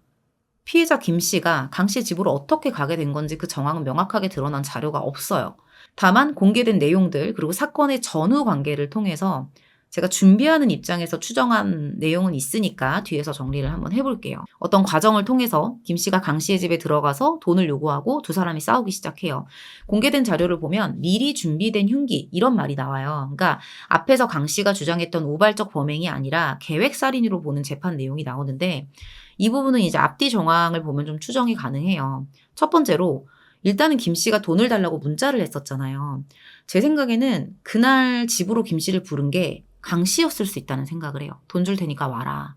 만약에 김 씨가 돈을 받겠다라는 생각으로 불시에 강 씨의 집으로 찾아갔다고 하면 김 씨 입장에서는 강 씨를 만나지 못할 수도 있는 거거든요. 집에 없을 수도 있는 거니까. 그럼 돈을 받지 못할 수도 있는 거잖아요. 그렇다고 내가 언제 가겠다라고 예고를 하면 강 씨가 자리를 피해서 돈을 못 받을 수도 있는 거고요. 돈을 받으러 우리 집으로 와라. 사실 김 씨 스스로 강 씨 집에 찾아가서 우발적으로 살인을 저질렀으면 이렇게 완벽하게 뒤처리를 할 수 없지 않았을까요? 어떻게 보면 강 씨한테는 김 씨가 찾아오는 게 갑작스러운 일이었을 테니까. 모든 게 다 준비된 후에, 그러니까 범행 이후에 자기가 어떻게 은폐할 건지 이것까지 다 플랜이 만들어진 후에 디데이를 잡았을 거다라고 일단 저는 보는 거죠. 자, 두 번째는 제가 방금 말씀드린 건데 범행 이후의 정황을 재판부가 봤을 것 같아요. 우발적이라고 하기에는 시신의 옷을 벗겨서 아내가 입게 만든다던가 자유로에 가서 실종된 것처럼 위장을 한다던가 즉 여기서 사라지게 되면 CCTV 행적이 추적되지 않는다는 것까지 미리 파악을 했다는 거잖아요.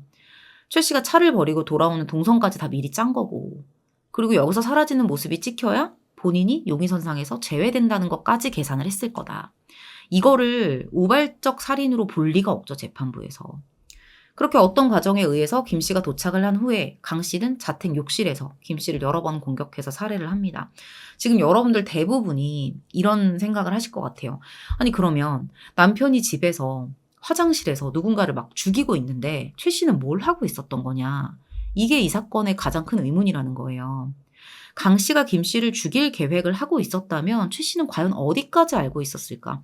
일단 본인은 몰랐다고 주장을 하기는 했어요. 강 씨도 혼자 저지른 범행이라고 했었고요. 두 사람 말이 사실이면 아내 최 씨가 이 범행 계획에 대해서 전혀 모르고 있다가 갑자기 은폐 작업에 가담을 했다는 건데 이거를 이해를 하실 수 있으신가요, 여러분들? 판결문이 지금 공개가 안 돼 있다 보니까 더 어떻게 사실에 가까운 그런 추정을 할 수 없는 것도 맞는데 그거랑은 별개로 공개되어 있는 상황만 보더라도 조금 최 씨의 행동은 이해가 안 가는 부분이 많은 것 같아요. 사실 강 씨의 살인이 뭐 계획이든 우발이든 최 씨의 행동은 좀 이상하죠. 그러니까 이런 생각도 했어요. 아무리 그래도 남편이 뭐 바람을 폈다는 걸 알게 됐어도 사람을 죽였다는 걸 알게 됐어도 부부니까 그래도 감싸주기 위해서 그런 행동을 할 수도 있었다고 봐야 되는 걸까? 막 여기까지 저는 생각을 해봤습니다. 사실 경찰 수사를 받을 때도 최 씨가 가담을 했는지 이런 여부가 조사를 했었거든요. 근데 여기서도 이제 경찰이 특별한 혐의점은 발견하지 못했다고 합니다. 이것도 사실 뭐 어떤 공모를 한 부분에 대해서 경찰이 알아내려고 했다면 이것도 드러나지 않으려면 안 드러날 수도 있는 거거든요. 그러니까 집에서 둘이 말로 했을 수도 있는 거잖아요. 문자가 아니라. 여러분들은 이거 어떻게 생각하실지 모르겠어요. 저는 사실 최 씨가 이 범행 계획에 대해서 미리 알고 가담을 했을 가능성이 높다고 보는 쪽이에요. 여성이 이 피해자의 옷을 입고 나가게 한다는 거는 이미 강 씨의 범행 시나리오에 아내가 있어야 되는 거거든요. 다른 여성을 뭐 불러올 수는 없는 거잖아요. 그거를 미리 모의했을 가능성은 충분한 거예요. 다만 그 과정에서 강 씨가 아내인 최 씨를 어떻게 설득했는지 그건 알 수가 없겠죠. 본인들은 끝까지 아니라고 하니까. 분명한 건 강 씨는 자신의 살인 계획을 위해서 가족을 이용하는데 조금 더 거리낌이 없는 인간이다. 그건 확실합니다. 제가 단순히 뭐 아내를 가담시켰다, 아내에게 시신이 입고 있었던 옷을 입혀서 내보냈다, 이게 다가 아니거든요. 진짜 소름 돋는 정황이 있었어요. 제가 아까 영상 초반에도 말씀을 드렸지만 아내 최 씨가 김 씨인 척하면서 자유로에다 차를 버리고 오잖아요. 그리고 나서 이제 다음날 저녁에 훼손한 시신을 여행 가방에 담아서 차에 실어요. 근데 여기서 했던 선택이 너무나도 충격적이었습니다. 시신을 유기하러 가는 길에 딸을 이 차에다가 태운 거예요. 근데 왜 그랬을까? 왜 그랬을 것 같으세요? 경찰 수사를 받을 때 시신 유기를 하러 가는 게 아니라 가족 여행을 가는 것처럼 보이게 하려고. 그러니까 나중에 수사가 들어왔을 때 빠져나갈 구멍들을 다 만들어 놓은 거예요. 근데 진짜 소름 돋는 건 어린 딸이래요. 얘는 진짜 여행 가는 줄 알았을 거 아니냐. 부부는 5월 18일 0시 5분경 서해대교 인근의 바다에 김 씨의 시신을 유기합니다. 자유로에서 실종이 된 것으로 만들고 싶었으니까 시신이 발견되지 않기를 바랬겠지만 기대와는 다르게 너무 빨리 발견이 됐어요. 아까 갯벌에서 이제 왼쪽 팔이랑 머리가 발견이 됐었잖아요. 이후에 이제 해경이 나머지 시신도 찾아내요. 경기도 화성시 국화도 서쪽 해상에서 여성의 몸통이 발견이 됐는데 DNA 감정을 해보니까 김 씨의 시신으로 나왔습니다. 나머지 부분은 어떻게 됐는지 확인이 되질 않았어요. 후속 기사도 없었고요. 재판 내용을 전해드릴게요. 1심 재판부는 김 씨가 극심한 공포와 육체적, 정신적인 고통을 느끼면서 숨졌을 것으로 보인다라고 지적을 해요. 그리고 내연 관계를 끝내자고 한 뒤에 김 씨가 돈을 요구했다는 이유만으로 김 씨를 죽이고 범행을 은폐하려고 시신을 심각하게 훼손해서 은닉한 강 씨의 범행 동기가 이기적이고 너무 잔혹하다고 했습니다. 그렇게 무기징역이 선고가 됐는데 최 씨, 그러니까 증거 조작하고 시신 유기 도왔잖아요. 최 씨에 대해서는 죄질이 좋진 않지만 초범이고 범행을 반성하고 있다라면서 징역 1년 실형을 선고합니다. 이것도 나중에는 좀 뒤집혀요. 1심에서 일단은 계획살인이 인정이 된 거잖아요. 근데 이제 억울하다. 그래서 너무 이제 형량이 높게 나온 것 같다라면서 바로 강 씨가 항소를 해요. 그리고 항소심 재판이 진행되기 전에 뭘 하냐? 위자료 명목으로 5천만 원을 법원에 공탁을 합니다. 이거 다 감형받겠다는 수작이죠. 항소심 재판부도 이제 계획살인으로 판단을 하기는 했었어요. 그러면서도 이제 유족을 위해서 그 5천만 원 공탁한 거 이걸 보고 유족에게 사죄하려는 노력을 했다 이렇게 봅니다. 그리고 이 사람은 출소를 해도 재범을 저지르지는 않을 것으로 보인다라고 판단합니다. 왜? 왜 그렇게 생각할 수 있는 거죠? 어떤 범행의 동기가 명확하니까 그 동기가 또다시 발생하지 않는 한 이 사람은 그러지 않을 것이다. 그러니까 뭐 불특정 다수를 대상으로 한 행동이 아니고 뭐 동기가 뭔지 파악되지 않는 그런 범행이 아니니까 이렇게 얘기를 했을까요? 아무튼 그렇게 판단을 해요. 재판부에서.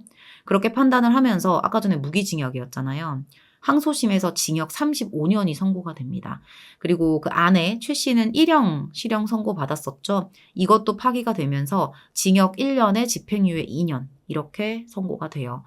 이거는 이제 두 사람이 실형을 살게 되면 아이들이 있는데 이 아이를 양육할 사람이 없어서 선고를 한 거라고 합니다. 상고 부분은 확인이 되지 않았고요. 범인 강 씨에 대한 어떤 신상 공개가 논의됐었던 사건이에요. 너무 잔인한 사건이어서. 근데 이제 미성년 자녀들이 있다 보니까 신상 공개는 되지가 않았어요. 아이들도 2차 피해를 겪을 수도 있고요. 아이들은 일단 죄가 없으니까요. 그리고 이 피해자가 강 씨하고 한 회사에 다니고 있었잖아요. 만약에 강 씨의 신상이 공개되면 피해자 신원도 자연스럽게 같이 알려질 수밖에 없어서 이거는 또 유족이 원치 않았을 거고요. 신상 공개는 그래서 되지 않았다라고 합니다. 사건의 잔혹성은 당연한 거고 범행에 자신의 가족들을 그 어린 딸을 이용했다는 거는 저는 그게 제일 진짜 머리가 띵했던 것 같아요.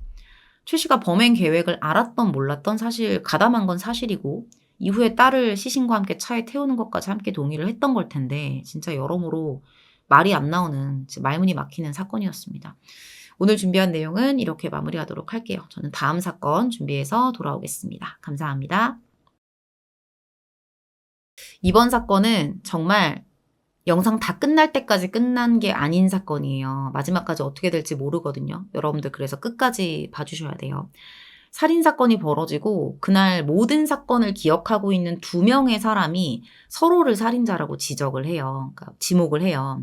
확실한 증거 없이 이 2사람 진술만으로 범인을 찾아내야 하는데 결론부터 말씀드리자면 끝내 진술 분석과 당시 상황을 분석하는 걸로 범인을 가려내거든요. 근데 그 과정이 쉽지가 않았어요. 뒤집히고 난관에 부딪히는 것들의 연속이었습니다. 여러분들도 들으시면서 누가 범인일지 같이 생각을 하면서 끝까지 시청을 해주세요. 바로 시작할게요. 2019년 1월 21일이었어요. 경북 청도군의 한 민가에서 3명의 남성, 그 중년 남성들이 술판을 벌이고 있었어요. 김 씨, 이 씨, 박 씨 이렇게 3명이었습니다. 10년지기 술친구들이에요. 이날은 이제 김 씨 집에 모여가지고 새벽 2시부터 밤새도록 술을 마셔요. 날이 밝아서 이제 아침이 됐는데도 멈추지를 않고 계속 술을 먹습니다.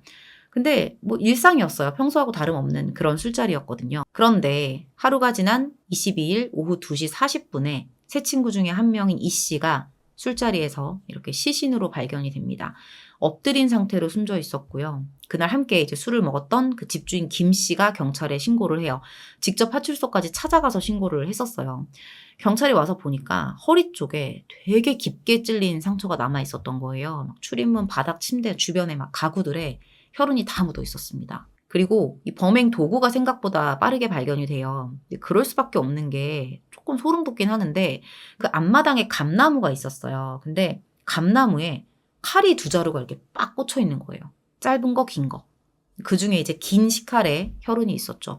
아마도 이 긴 식칼로 공격을 당했을 것이라고 볼 수가 있어요.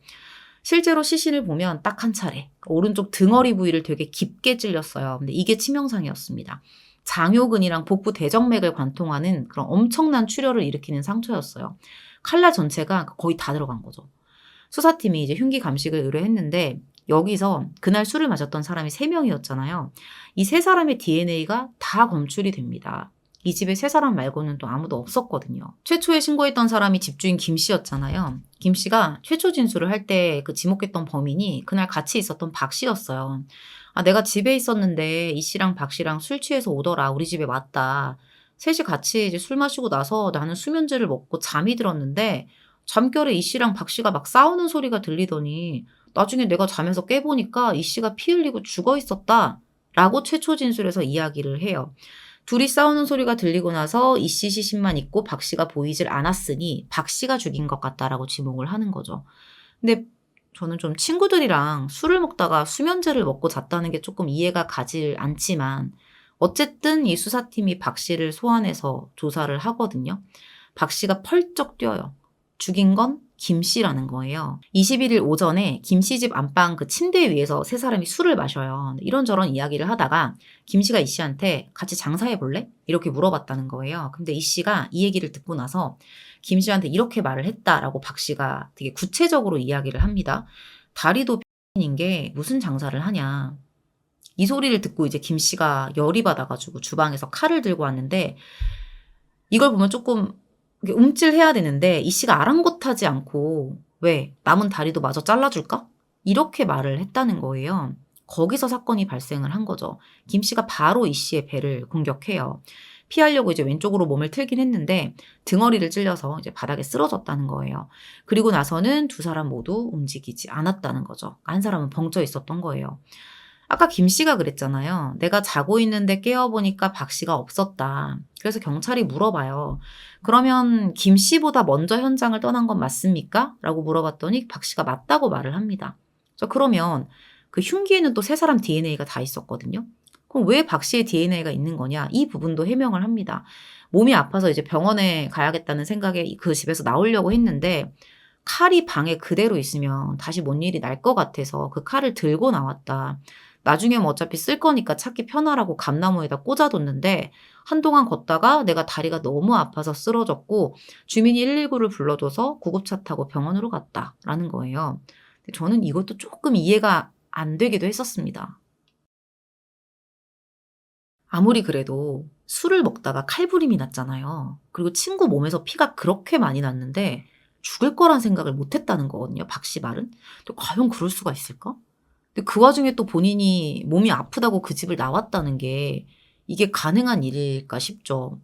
놀라서 뭔가 119에 피 나는 거 봤을 텐데 119에 신고라도 했을 것 같은데 나중에 이제 본인은 다리 아파가지고 길에서 쓰러졌다고 했잖아요. 그때 119를 불러요. 본인이 아프니까. 근데 그 119를 불렀을 때도 친구가 칼 맞고 쓰러져 있다라는 말을 안 했다는 거예요.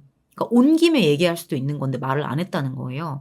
그래서 왜 그랬냐라고 물어봤더니 출혈이 멈췄으니까 죽을 거라고는 예상을 못 했다라고 이야기를 합니다. 출혈이 멈춘 걸 확인을 했을까요? 그러니까 이 씨가 깨어나면 두 사람이 알아서 그냥 화해하고 해결하겠지라고 생각을 했다는 거예요. 뭔가 보면 김 씨가 했던 그런 최초 진술보다는 조금 구체적이고 사건 경위를 잘 설명해 주는 것 같긴 하는데 그래도 조금 이상해요. 그리고 공범일 가능성도 있는 거고요. 수사팀이 계속 이제 수사를 이어가다가 며칠 뒤에 이제 여러 가지 자료들을 다 정리를 해서 용의자 한 명을 지목합니다. 그게 누구였을까요? 여러분들 누구라고 생각하세요? 박 씨, 다른 분은 집주인? 집주인은 김 씨예요. 박 씨는 그날 같이 왔던 친구고 중간에 나간 친구가 박 씨고요. 용의자, 경찰이 지목한 용의자는 김 씨였습니다. 확인을 해보니까 김 씨의 진술과는 전혀 다른 정황들이 속속 드러나는 거예요. 근데 이것도 경찰이 지목을 한 거예요, 여러분. 첫 번째 최초 진술에서 김 씨가 이렇게 말했잖아요. 이 씨랑 박 씨가 취한 상태로 우리 집을 찾아왔다라고 이야기를 했었잖아요. 근데 이거부터 일단 사실이 아니었던 거예요. 세 사람이 그날 저녁, 그 20일 저녁 9시에 이미 단란주점에서 술을 먹었던 거죠. 이거를 그 청도에 김 씨의 그 어떤 동네 선배이자 주점 사장인 최 씨가 다 기억을 하고 있었던 거예요. 제3의 인물이에요. 이제 왜냐면 이걸 기억하고 있을 수밖에 없었던 게 그날 이제 술을 먹고 세 사람이 술을 먹고 이 최 씨하고 실랑이가 있었대요. 술값 때문에. 그 최 씨가 이 사람들 술값도 외상도 달아주고 그것도 모자라서 세 사람을 김 씨 집까지 태워다 주기까지 했다는 거예요. 그래서 그날 일을 정확하게 기억을 하고 있었던 거죠. 자, 그리고 두 번째 뭐가 있었냐면 통화 기록이 하나 남아 있었어요. 김 씨 휴대폰에 통화 기록이 있었는데 김 씨가 분명히 자기는 수면제 먹고 잠들었다고 했었거든요. 근데 한창 자고 있어야 되는 그 시간대에 김 씨가 전화를 건 기록이 발견된 거예요. 누군가 한 사람한테. 6시간 반이라는 그 시간 동안 내연녀에게 7통이나 전화를 걸어요. 그중에 4차례가 연결이 됐었고요. 총 11분 동안 통화를 한 것으로 확인이 됩니다. 경찰 조사에서 이 내연녀가 뭐라고 하냐. 아, 김 씨하고 통화를 했다. 근데 사건에 대한 내용 같은 건 내가 들은 적이 없다라고 진술을 하거든요. 그래서 수사팀이 이제 김 씨한테 가서 그날 내연녀랑 무슨 통화를 했냐, 무슨 이야기를 나눴냐 이렇게 물어봤더니 그 통화 내용에 대한 어떤 합리적인 설명을 못 했다는 거예요. 아, 그냥 저는 안부 물었던 거예요. 라고 진술을 했는데 사실 안부를 물으려고 7번이나 반복적으로 마치 무슨 일이 있어서 급하게 막 전화를 누군가 받아줘야 되는 것처럼 그렇게 전화를 한다는 것 자체를 수사팀이 납득할 수가 없었어요. 자, 그리고 세 번째 정황입니다. 경찰보다 먼저 사건 현장을 찾은 네 번째 인물이 있었던 거죠. 주점 사장 최 씨였습니다. 이것도 김 씨의 통화 기록을 통해서 추가로 드러난 사실이었어요. 경찰이 그 주점 사장 최 씨를 불러요. 그래서 그날 왜 김 씨 집에 왔었습니까? 라고 물어봤는데 최 씨가 이런 이야기를 해요. 22일 오후 1시경, 그러니까 김 씨가 자고 있었다고 했던 그 시간대에 김 씨가 나한테 전화가 왔다. 나한테 전화를 걸더라. 하는 말이 아, 안 좋은 상황이 있는데 형님 좀 만나고 싶습니다. 술값도 못 드렸으니까 술값도 좀 드릴 겸 좀 저희 집으로 와주세요. 이랬다는 거예요. 그래서 무슨 일이야 싶어가지고 또 김씨 집에 갔대요. 들어오라고 해서 이제 문을 열고 들어갔는데 방이 되게 좁아요. 근데 거기에 이 씨가 엎드려 있고 방 안에 막 무슨 이상한 악취 같은 게 가득했던 거죠. 이상해서 이제 엎드려 있으니까 지금 자고 있는 거냐 이렇게 물어봤고 김 씨는 죽었다라고 대답을 합니다. 그리고 다음 순간 정말 잊을 수 없는 말을 김 씨가 했다는 거예요. 최 씨가 기억하고 있는 게. 뭐라고 얘기했냐면 김 씨가 이 씨가 연고도 없는 사람이고 하니까 시체를 유기해버리면 어떻겠습니까? 최 씨가 얼마나 놀랐겠어요. 네가 이 씨 죽인 거냐? 이렇게 물어봤더니 아니래요 또. 그러니까 어떤 일인지는 모르지만 갑자기 여기 와가지고 시신유기에 가담할 수는 없는 거잖아요. 그래서 바로 거절을 하고 너 경찰에 신고해라. 이제 이렇게 말을 했다고 해요. 그렇게 김 씨가 이제 경찰서로 갔다는 것까지가 최 씨의 진술이었어요. 그러니까 최 씨의 말을 듣고 간 거예요. 수면제를 먹고 내내 잠들어 있었다라는 이 김 씨의 진술이 거짓말이었던 거죠. 박 씨 진술은 이제 확인을 해보니까 대부분 사실로 확인이 돼요. 당시에 이제 인근의 이웃 주민이 그 집에 설치되어 있는 CCTV가 있었거든요. 그때 찍힌 실제 영상인데 아까 사건 현장 나와가지고 걷다가 쓰러져서 119에 실려갔다고 했잖아요. 쓰러진 모습 그리고 119 이제 119 차에 실려가는 모습 이런 것들도 다 이제 화면에 찍혀 있었습니다. 본인이 했던 진술 중에 뭐 거짓은 딱히 없었던 거죠. 수사팀은 이제 김 씨의 알리바이는 다 깨졌어요. 살인사건의 피의자로 이제 김 씨를 체포합니다. 검거 초기에 이제 범행을 부인을 했었는데 2차 경찰 조사에서 범행을 자백하면서 이제 사건 경위를 진술을 하거든요. 근데 박 씨가 이제 진술했던 부분이랑 거의 같았어요. 술을 마시던 중에 장사에 대한 이야기를 했더니 나한테 그런 모욕적인 말을 해서 내가 열받아가지고 흉기를 들었는데 거기다 대고 또 나한테 다리를 잘라줄까라는 말을 하더라. 그래서 찔렀다. 박 씨의 말과 모두 같죠. 실제로 김 씨 다리가 되게 많이 불편했어요. 이제 이 사건 있기 5년 전에 되게 크게 교통사고를 당해서 왼쪽 다리를 크게 다쳤던 거예요. 수술을 한 10번 정도를 받고 이제 6급 장애 판정을 받게 됩니다. 이런 부분을 건드렸는데 너무 이제 극단적으로 나간 건 맞지만 분노할 만은 했죠. 3차 경찰 조사에서도 이제 범행을 인정했었고요. 심지어 이제 경찰 조사 받을 때 범행을 직접 재현하기도 했습니다. 어떤 식으로 찔렀는지. 그러니까 경찰 입장에서는 그냥 다 이제 범인 잡았구나 순탄하게 흘러가는 것처럼 보였을 거예요. 근데 갑자기 2차 검찰 조사에서 다 뒤집혀요. 갑자기 김 씨가 나 사람 안 죽였다. 나 이 씨 죽인 적 없다. 이렇게 말을 바꾼 거예요. 지금 보면 뭐 거기에 CCTV가 있는 것도 아니고요. 그 집안에서 무슨 일이 있었는지는 아무도 알 수가 없어요. 근데 어쨌든 결정적으로 증명할 만한 증거는 살해의 증거는 없는 상태잖아요. 그렇게 되면 이제 범인이라고 하는 사람의 자백이나 이런 것들이 되게 중요해요. 법정에서도. 근데 전혀 다른 새로운 내용을 진술하기 시작합니다. 이때부터 꼬이기 시작한 거예요. 뭐라고 말을 하냐면 셋이서 아침까지 술을 먹었다. 피곤해서 잠 좀 자자라고 말을 했더니 이 씨가 화를 내면서 너 남은 다리까지 잘라줄까? 라고 했다는 거예요. 피곤해서 잠 좀 자자 그랬더니 남은 다리를 잘라줄 거라고 얘기를 했다는 거예요. 그래서 본인도 화가 나서 그래 잘라봐라. 이렇게 대답을 했고 수납장에서 칼을 꺼내서 술상 위에 올려놓고 나는 그냥 수면제하고 소주를 먹고 잠들었다는 거죠. 가가지고 막 그걸 꺼내서 올려놓을 정도면 되게 좀 극단적이고 안 좋은 상황인데 죽여봐! 이래놓고 그냥 잤다는 거예요. 너무 좀 이상하지 않아요? 처음에 했던 진술하고 되게 비슷한 듯 하지만 다른 얘기를 하고 있죠. 자고 일어나 보니까 이 씨는 죽어 있었다. 박 씨가 죽인 것 같다. 이렇게 말을 바꿔요. 자, 그러면은 그 시간에 일어나서 내연녀한테 전화하고 주점사장 오라고 한 거 어떻게 설명할 거냐고요.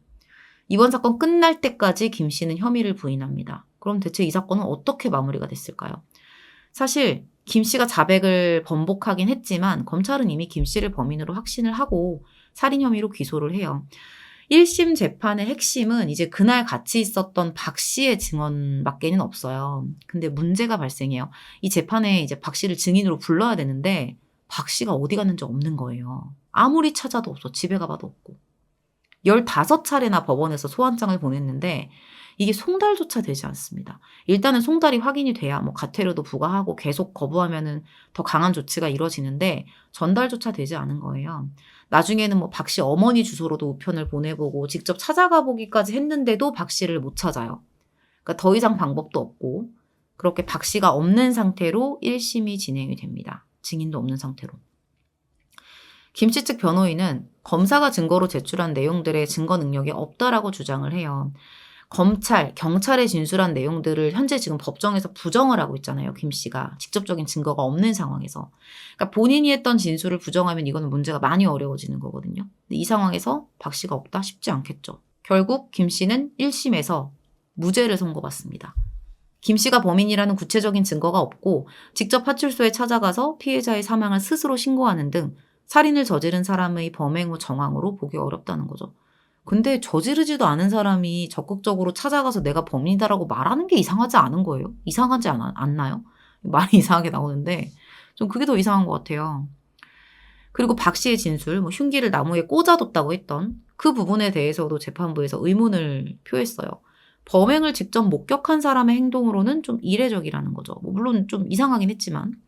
그리고 세 사람의 DNA가 다 한 도구에서 발견이 됐었기 때문에 피해자를 찌른 사람이 김 씨다라고 단정하기도 어렵다고 밝혔습니다. 결국엔 증거가 문제죠.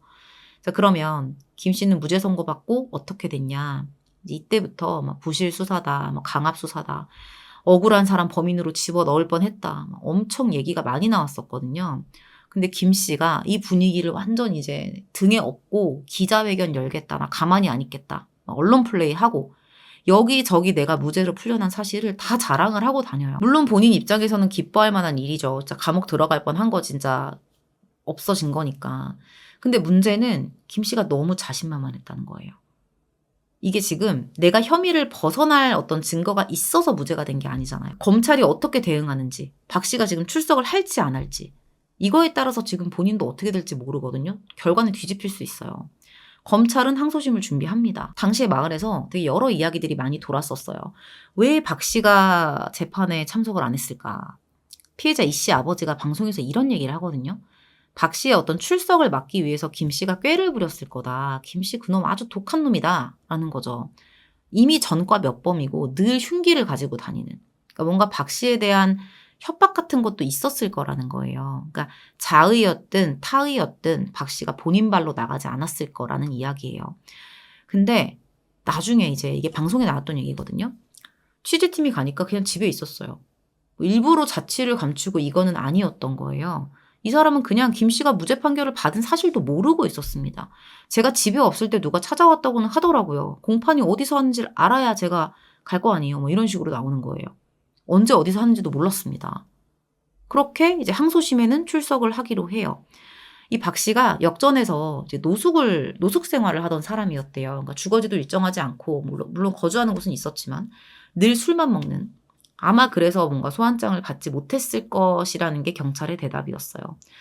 그러니까 뭐 박 씨가 1심에 왜 안 나타났고, 그때 경찰이 찾을 때는 그렇게 갔어도 왜 못 찾았을까? 이거는 명확하게 사유가 밝혀진 부분이 없습니다. 제가 아까 전에 결국에는 이거 재판에서 결과가 나왔다고 했었잖아요. 지금부터 이야기를 좀 들어보시면 돼요. 이제 항소심에서는 의학 전문가가 재판에 참여를 해서 사건 관계인 진술, 현장에 남겨진 증거물을 하나씩 제대로 분석하기 시작합니다. 이게 수사 과정에서는 김 씨가 자백을 하는 바람에 그때는 이제 제대로 확인을 하지 않았던 부분이었거든요. 근데 지금 이제 번복을 했으니까 이 부분을 다시 하나씩 꼼꼼하게 확인을 해본 거죠. 근데 여기서 이제 김 씨한테 불리한 증거들이 하나씩 나오기 시작해요. 가장 결정적인 게 뭐였냐? 혈흔의 모양과 흐름이었어요. 이거를 분석을 해보면 이제 흉기가 누구로부터 뻗어나와서 피해자에게 꽂혔는지, 피해자의 몸에서 빠져나온 뒤에 어느 방향으로 되돌아갔는지 이걸 알 수가 있거든요. 촬영한 모든 자료를 가지고 이제 혈흔 분석을 진행을 해요. 그중에 범인을 가리키는 혈흔이 떠오릅니다.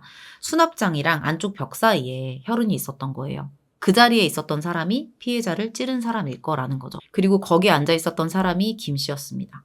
김 씨가 이제 왼쪽 다리에 장애가 있고 술까지 취한 상태잖아요. 나는 이렇게 몸이 불편하고 술까지 취했는데 내가 누구를 어떻게 그렇게 깊게 찌를 수가 있겠냐. 막 그러면서 부인을 했었거든요. 근데 당시에 이제 현장을 분석했던 전문가들은 완전 다른 의견을 가지고 있었어요. 방이 되게 좁아요. 이 김 씨하고 피해자 사이의 거리가 1m밖에 되지 않는다는 거예요. 약간 그냥 상반신을 일으키는 것만으로도 굳이 다리에 힘을 주지 않아도 피해자를 공격할 수 있는 자세가 충분하다는 거죠. 칼도 되게 길었고요. 다리가 장애가 있고 없고 여부하고는 상관이 없다는 거예요. 그리고 이 피해자가 찔린 부위가 근육하고 정맥을 통과하고 나서의 그 뱃속에 되게 열려있는 공간이었대요. 그러니까 푹 들어가는 거죠. 그러니까 적은 힘으로도 되게 깊이 찌르는 게 가능한 부위. 그렇게 된 거예요. 재판부에서 하나씩 부검 감정서랑 검시 사진을 가지고 박 씨하고 김 씨가 했었던 진술하고 다 하나씩 대조를 해봐요. 그렇게 사실관계를 입증을 해 나갔고요. 결과적으로는 박 씨의 진술이 맞다고 손을 들어줍니다. 그렇게 항소심 재판부는 원심을 깨고 김 씨에게 징역 13년, 10년간 위치 추적 전자장치 부착을 명령해요. 13년이에요, 13년. 범행 전후 그 정황이랑 김 씨의 행동을 종합해보면 진술의 신빙성이 떨어지고 피해자를 살해한 것이 충분히 인정된다. 흉기에 찔린 피해자를 방치하고 구호 조치를 하지 않았다. 만취 상태에서 피해자가 자신의 신체 장애를 모욕하는 것에 격분해 우발적으로 범행한 점 등을 종합했다. 이제 우발적인 살인이 인정이 된 것 같아요. 그래서 13년이 나온 것 같습니다.